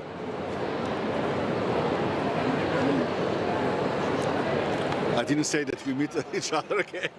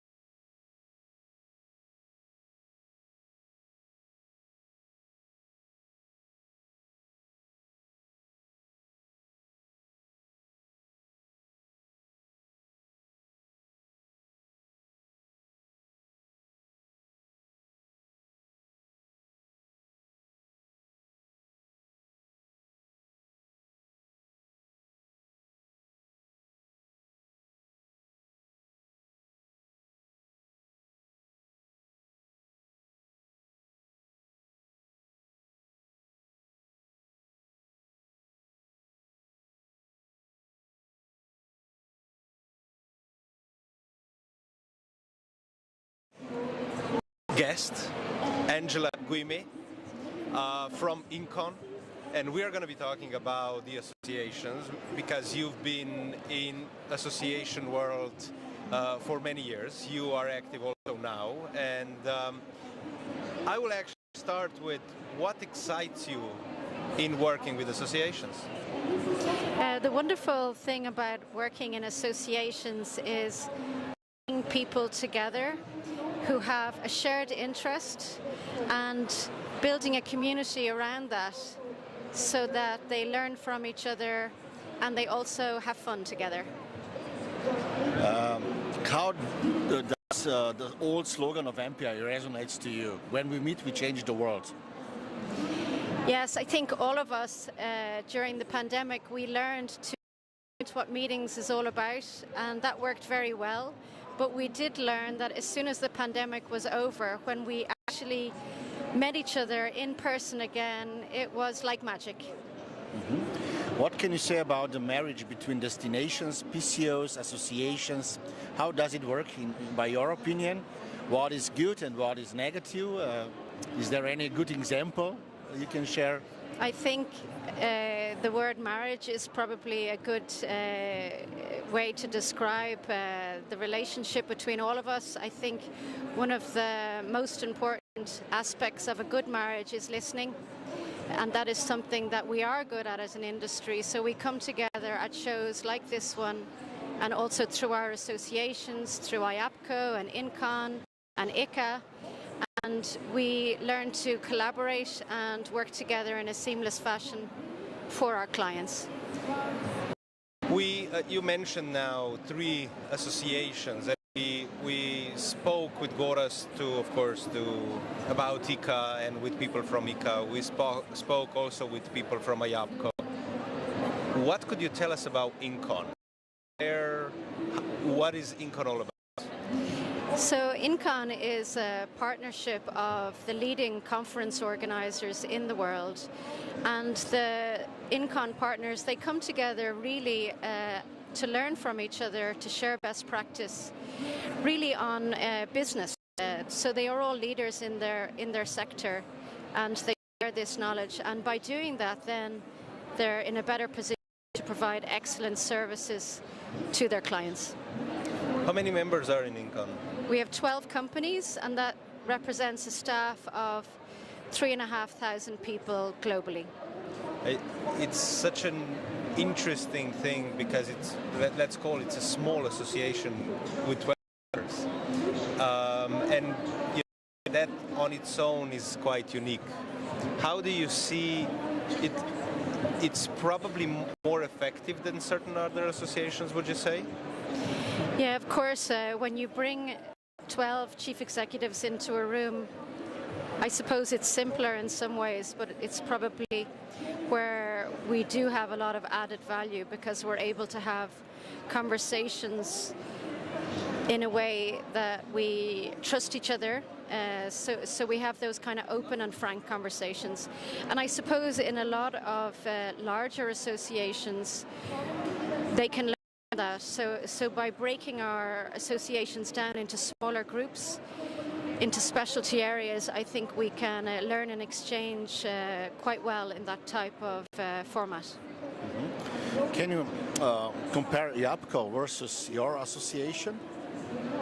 Well, IAPCO includes the associations of conference organizers from all over the world, so it is a very international group and it represents everybody. And INCON has evolved over the years where there has just been a smaller group of CEOs with common interest coming together. So they're quite different organizations, but they do obviously have the same clients, which are the people looking to organize events and conferences globally.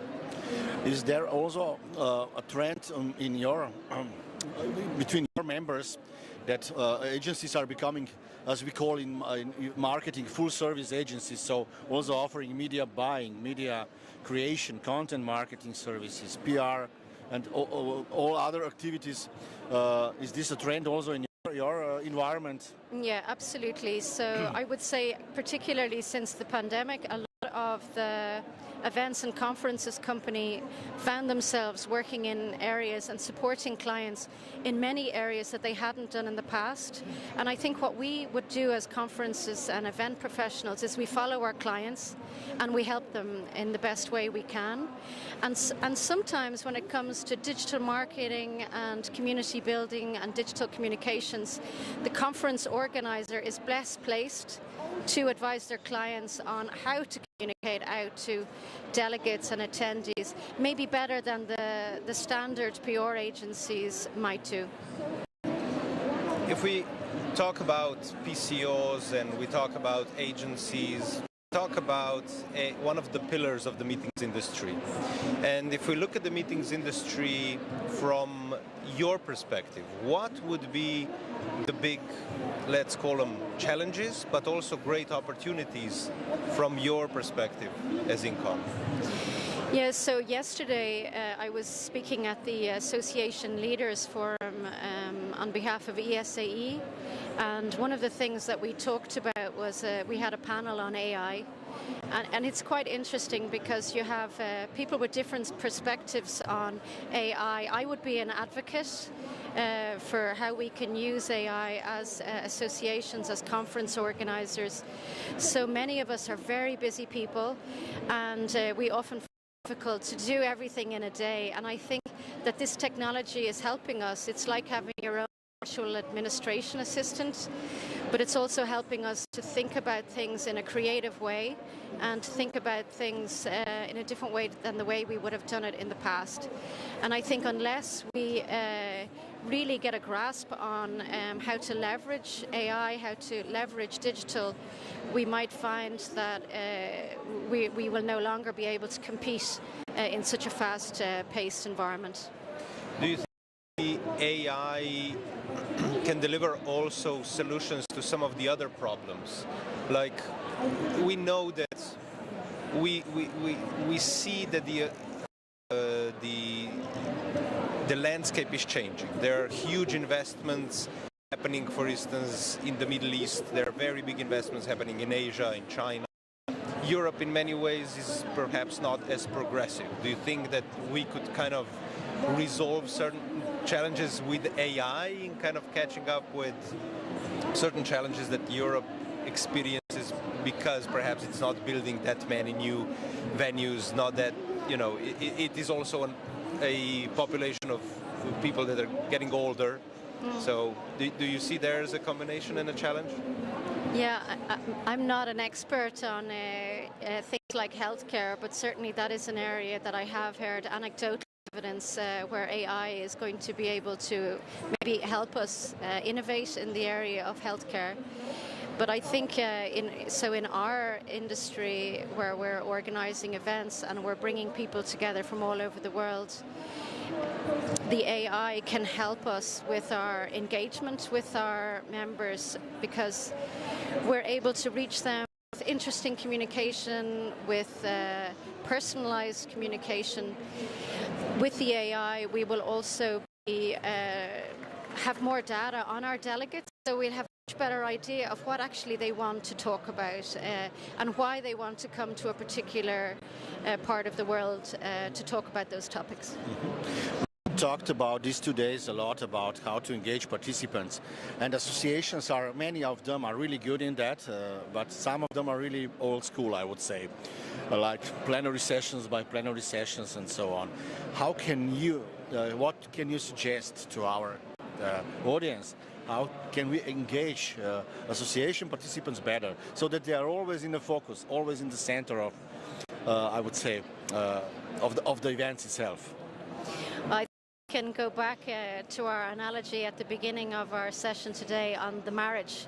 I think we all know, those of us in a good marriage, that the key is to listen. So I think it's the same for our delegates. We need to have conversations with them. Maybe not always a survey monkey or a survey asking them what did you like, what did you not like, but have focus groups. We can do that on Zoom. We don't have to meet them in person. So to listen to them and to also follow over a period how trends are changing and the kind of formats that they would be interested in. And if I ask, if I ask you high tech or high touch, what would you say? Despite what I've said of AI, I would say it has to be high touch. Okay, super. We agree on that. The fact that bringing people together creates magic and things happen. It also does cause sustainability issues. How do your members view the challenges of sustainability and the changing environment that they operate in? Well, I think the meetings industry as a whole are trying very hard to come to terms with sustainability and the changes that need to take place. I think as an industry we need to work better and closer together on this. This could be an area where we could collaborate. I think for the moment we don't really have a standardized process, so everybody seems to be following different standards, so perhaps that's something that we would be able to work with in the future. I think our clients, our corporate clients, they will need to do sustainability reporting. I think our associations will also be demanding of us sustainable approaches. So we all need to work together to reduce emissions and then increase the impact of our events so that we're offsetting not just from a carbon point of view, but we're offsetting by contributing to local communities in the cities where we're having meetings. Do you believe that SRS legislation is a game changer because it's obligatory already for 50,000 companies? Many of them are sponsors of your associations, and next year it will be approximately 200,000 in Europe. So we have now a legislation which is forcing us. Will this be a game changer, or you believe that people can voluntarily change behavior? No, I think it will be a game changer. Sometimes regulations are needed to push people, and then I think what happens is that, so in the case of the reporting requirement, it's for companies with over 250 staff. Like, I would imagine what will happen is that smaller companies will follow the trend, and the regulations at least will be pushing us to make to do the reporting that is required. Last but not least, can you share some great examples from your members, what they are doing at their events in regards of sustainability? Well, some good practice cases? Yeah, so there are a lot of event organizers that are tracking, obviously, what kind of emissions that their events are creating. So they're tracking that, and then from year to year they are looking for ways, by working with sustainable suppliers, to reduce that impact. And I think that will continue. Now, if we look around, we are at IBTM, one of the main events of the year in the calendar for the meetings industry. And the first question I would like to ask is, do you as Incon, do you come together at these events? Do you have meetings? Do you meet?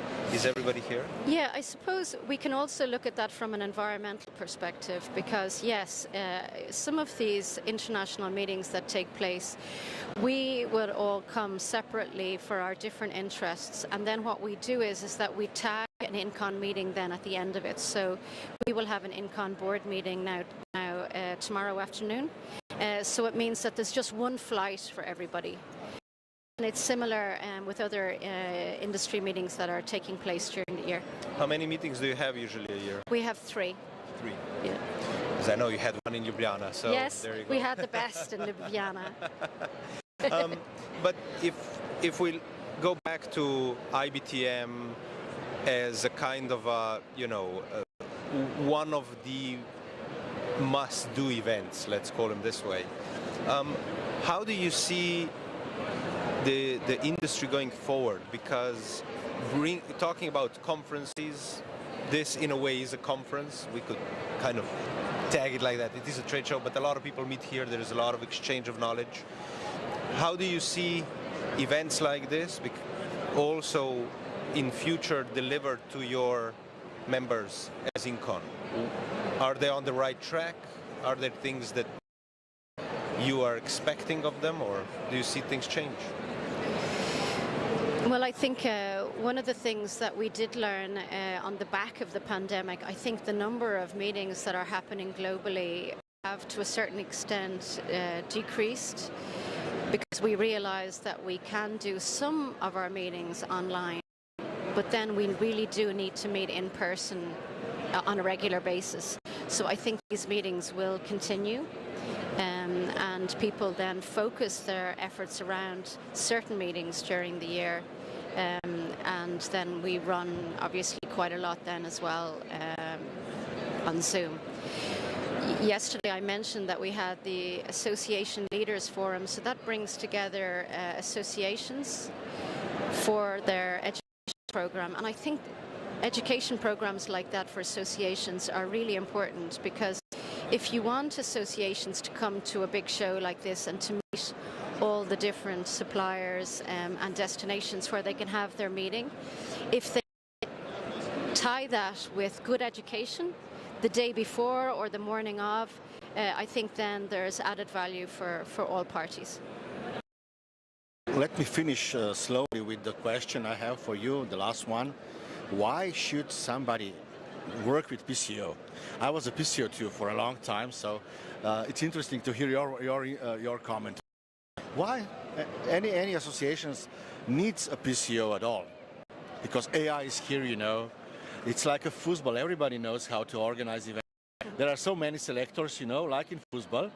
But why? What is the difference if you hire a PCO? What is your opinion about that? Well, I think the association that decides to outsource their meeting to AI or maybe to a technology provider will learn very quickly that we actually need humans involved in the picture to do the actual organization and to connect our delegates and to organize our speakers. So I don't think the PCOs will be going out of fashion that soon. I agree with you, definitely. And since we are coming to the end of this talk, we have some fire questions for you. A really simple one. One is, mine is summer or winter? Summer. You can elaborate this if you want. Well, I'm based in Ireland, so I always like the summer because things warm up a little bit and we can go on holidays. Apple or pineapple? Pineapple, it's more tropical. The last one is about whiskey, Scotch or Irish? Irish. Irish, okay. No doubt about it. Thanks for being our guest. Thank you. For this interesting discussion. Stay tuned. We are coming back in a few minutes. Thank you. Thank you. It makes it really, it's so funny the way you have to think on your feet, right? That's how it goes, actually. That's the idea. It's So really fun. this kind of work as a backbone, but we would have certain thoughts that are really on it. No, certain thoughts everywhere but. Yeah. So that's why I was saying, we don't know where we are now. Yeah, it's quite interesting with the question you asked me about IAPCO, because it's kind of a slightly sensitive one. So I was like, oh, okay, I need to Politically correct. Yes, because both sides hear it. So I was a little bit like, I hope listening back now, I can listen and make sure that I said the right thing. I think so. I don't think there was anything provocative. No way. I think it's more about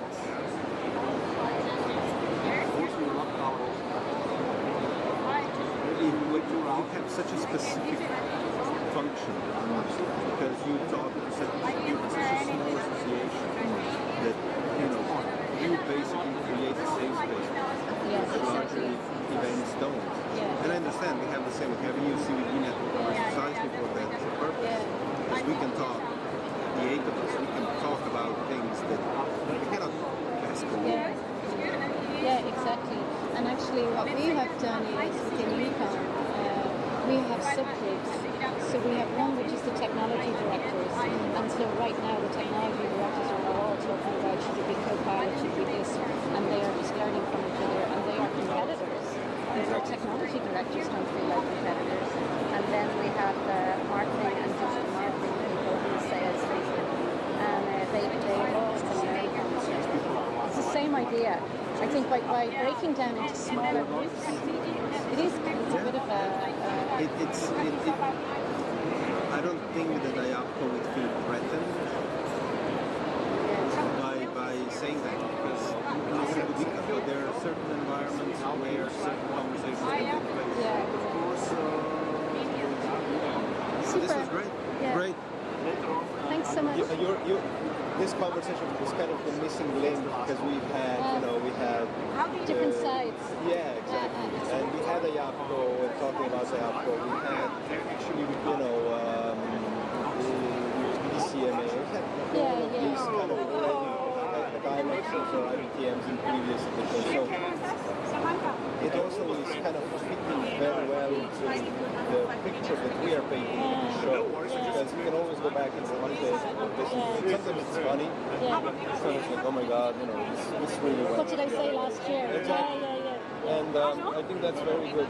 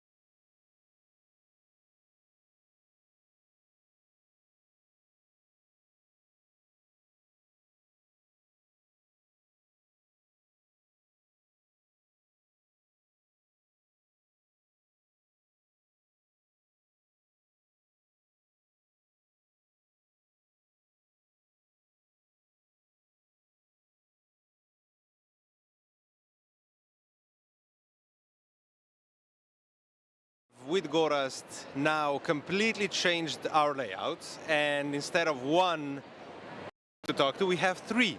So we have Samantha Perez from MySlogic, we have Miriam Pijuan from Be Future, and we have Sergi Verdejo from Barcelona. It is great to have you all. There's a lot of exciting things happening in Barcelona. There's a lot of things happening around IBTM, and I think we will definitely be talking about a lot of them.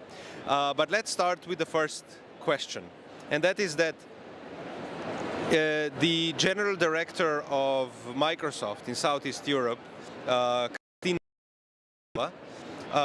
she said €1 invested in AI brings back 3.5 euros.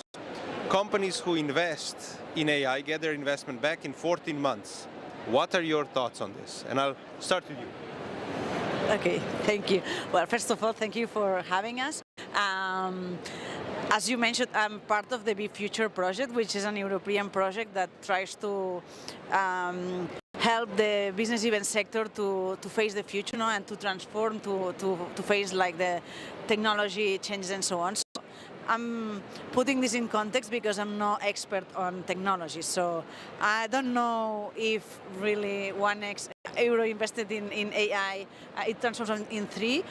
For sure, AI is transforming the way of business events.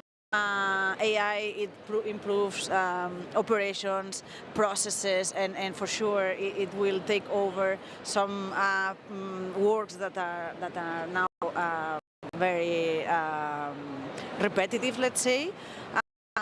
As far as we have seen for the activities that we organized in Be Future, still the business events has to evolve or to adapt technology. So we are still in a phase where it's difficult for the industry to change the business models into more tech or based on AI. We had a workshop last Monday.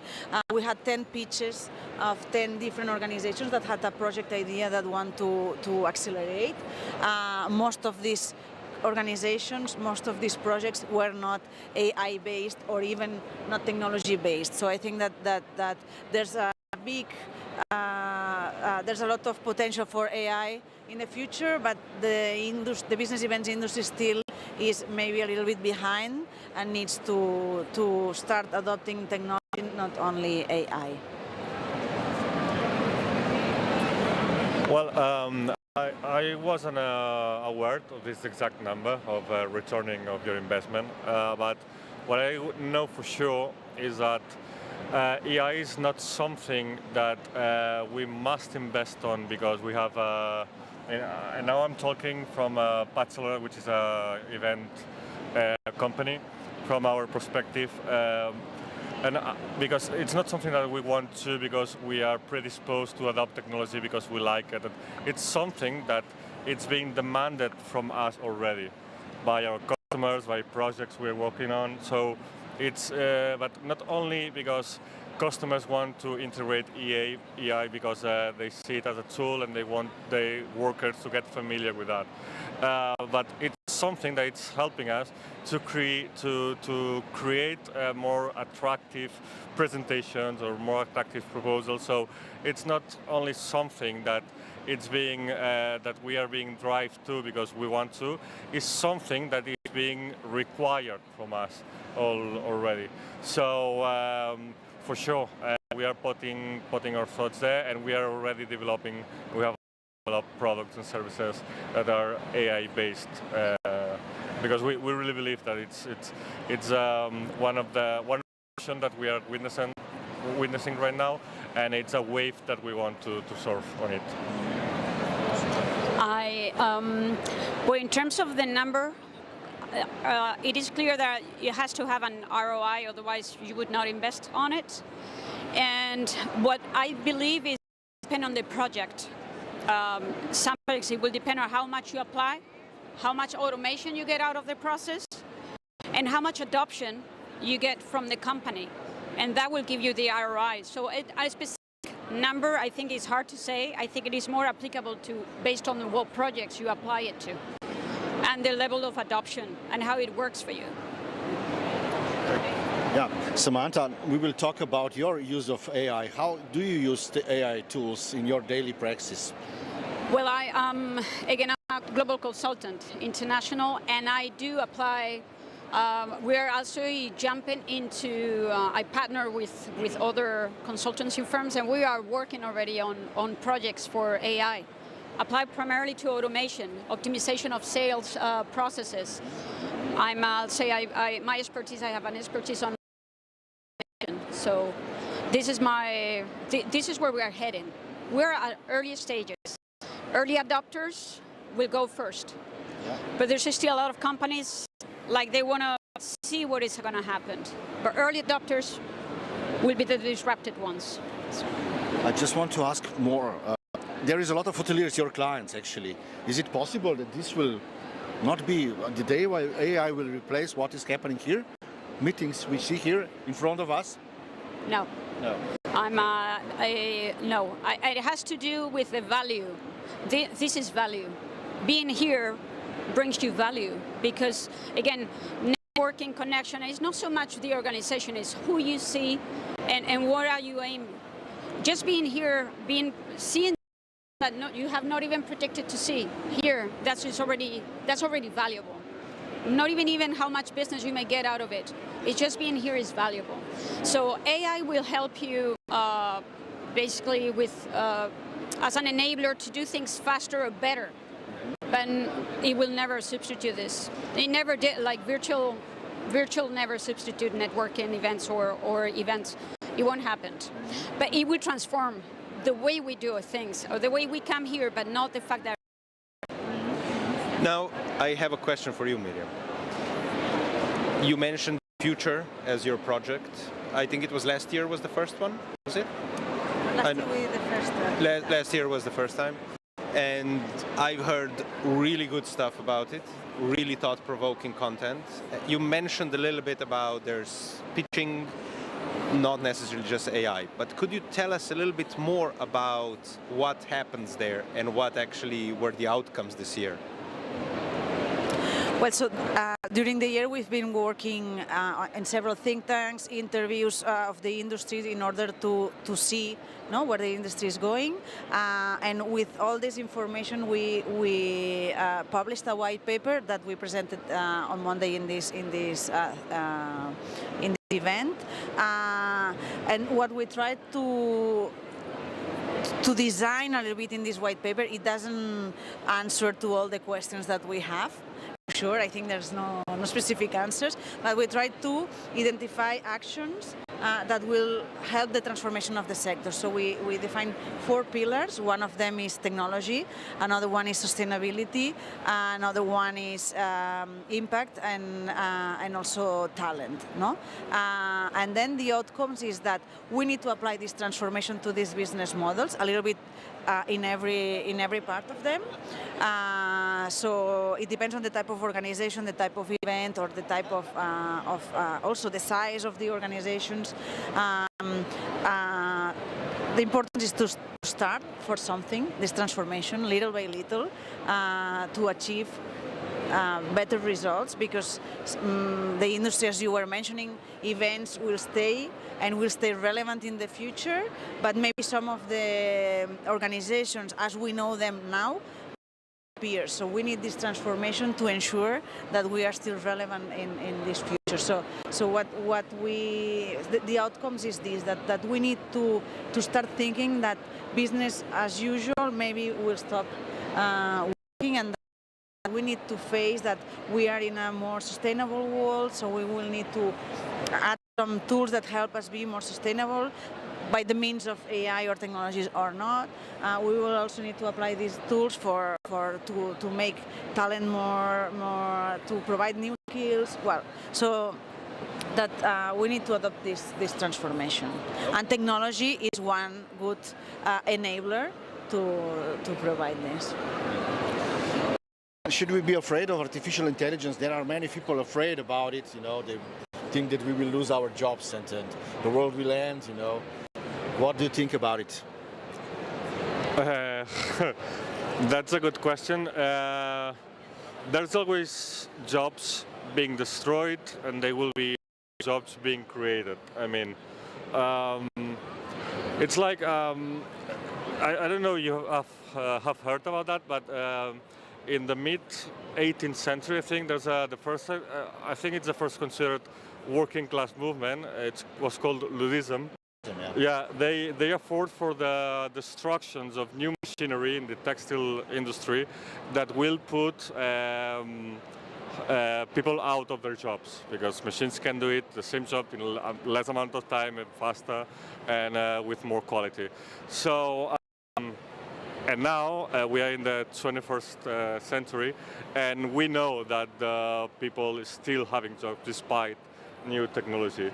It's like when you think and how many people put out of jobs the invention of the car. You know how many people lived on raising horses, feeding them, transporting them, blacksmiths. I mean, there was many people involved in, but then the car suddenly changes everything. So I think same thing will happen with the AI. When a new and disrupting technology emerges, there's usually some jobs get destroyed, but there's at the same time there's an industry, a whole new industry created around this new technology to provide new jobs and new opportunities for people. So of course it's scary. Everything we humans do have two sides, two faces. We can use it for good or for bad reasons. But to be fully honest, we have also to realize that many of the technology we use today was originally in the military industry. We are still able to use many of that. Yeah. For example. So, but we can still use that for many, many good things. So I don't think we have to be afraid of losing everything, because new things will be created for sure. Nice, nice. Oh, I'm released now. So, yeah, the next round will be about participants' user experience and engagement. Miriam, what will be the next great thing in that field, in attendee engagement? What can we expect, in the future? I think that personalization is one of the keys. So we all talk about how it's important to feel that the events are made for us, and to find the right connections to learn about and for sure AI will already does, in fact. No, most of the apps that we use when we access to an event are based on artificial intelligence. So personalization is one of them. Probably now we're still far from it, but when we do the combination with technologies like VR or AR, generative AI. So this is something that maybe now still sounds like a little bit far, but probably something that it will be here like in less than 10 years or maybe in 10 years. So the combination of these glasses that we put now, but that generates the experience at the same moment. This is something that more of the experience that will create engagement also. It will be according to the needs or to the expectation of the persons. Also, we already have now, we're already able to see in real time, the reactions of the attendees at certain points, at certain events. By the use of sensors that interpret the reactions, and so this allows organizers or presenters to adapt in real time. So all this will make that the engagement can be every time more accurate and probably some others. These are just some examples. I have a question for you, Sergi. Because I think what you mentioned before with the example of Ludism and the examples of the automotive industry killing off the horse industry, the same goes, the biggest industry was fat from whales. Whaling was one of the largest industries, and it also, with the flick of a button basically disappeared. But I think, of course, AI brings another set of challenges. The possibilities are infinite, and we already see that there's, deep fakes, there is, robots answering to questions. It's incredibly powerful. Do you think that this human interaction would be threatened by that?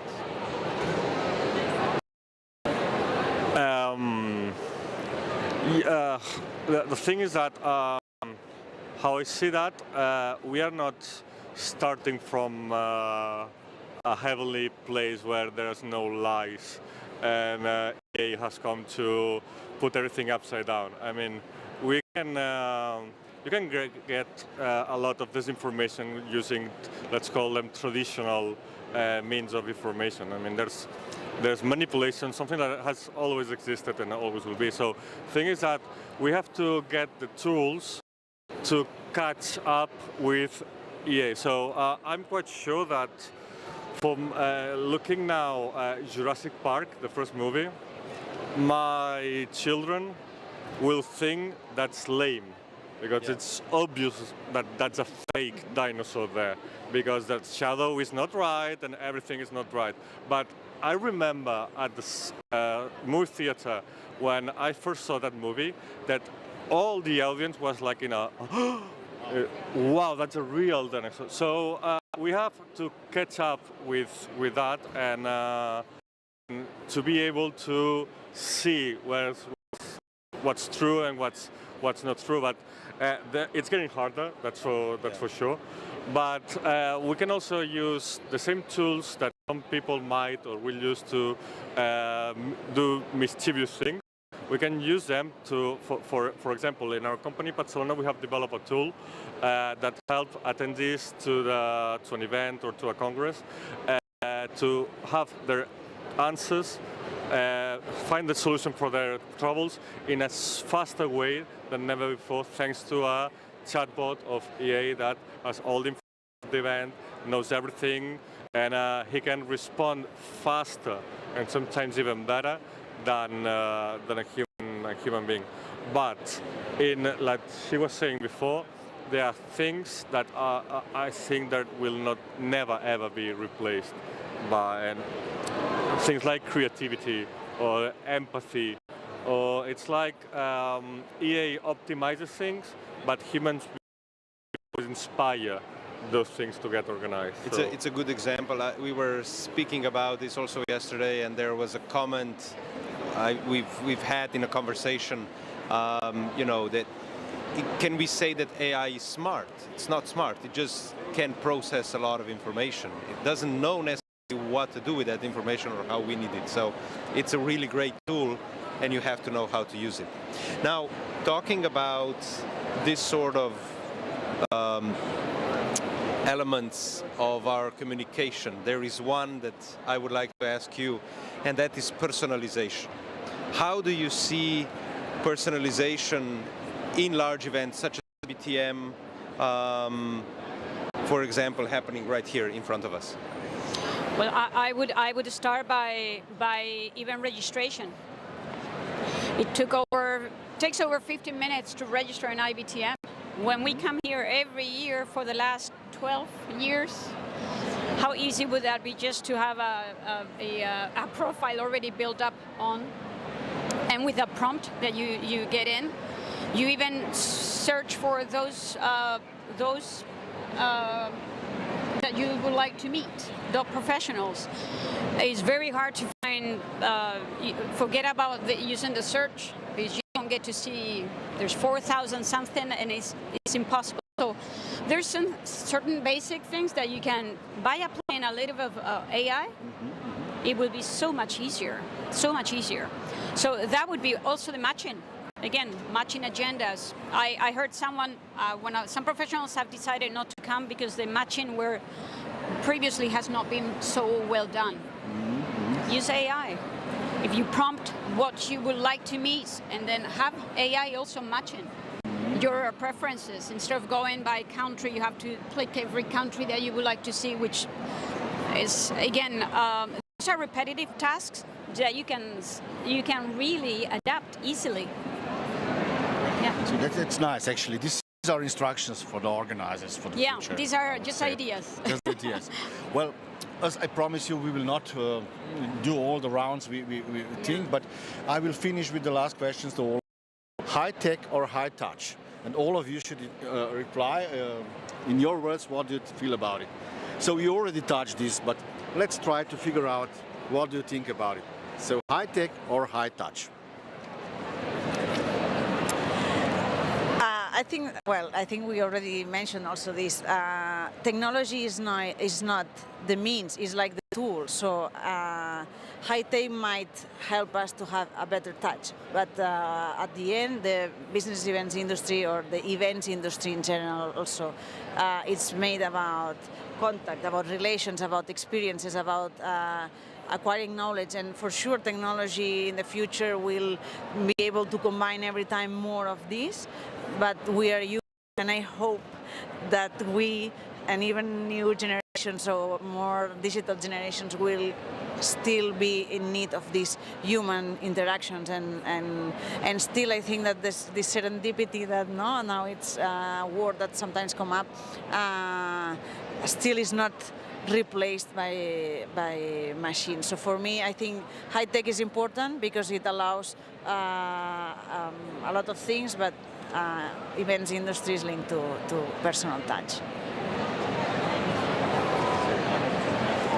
Yeah, I think it will help us to be a better version of us, meaning that we can unload some of the heavy work, as she said before, repetitive things that can be, let's say it, easily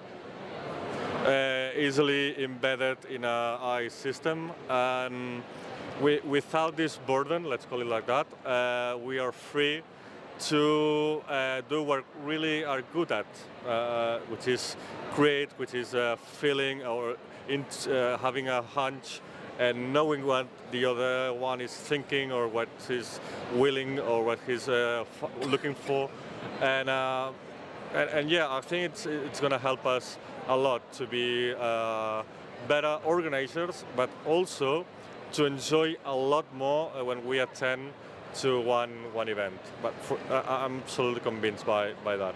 Yeah. And I will say high tech by all means, but with lots and lots of heart, trust, and as you said before, high touch. No, the touch gives you trust, and the trust gives you what we need. So, yeah. Well, Both. Thank you very much for this conversation. Time really flew. We have a lot of questions in there, but as you can see, it just goes, time flies when you're having fun, right? But before we finish,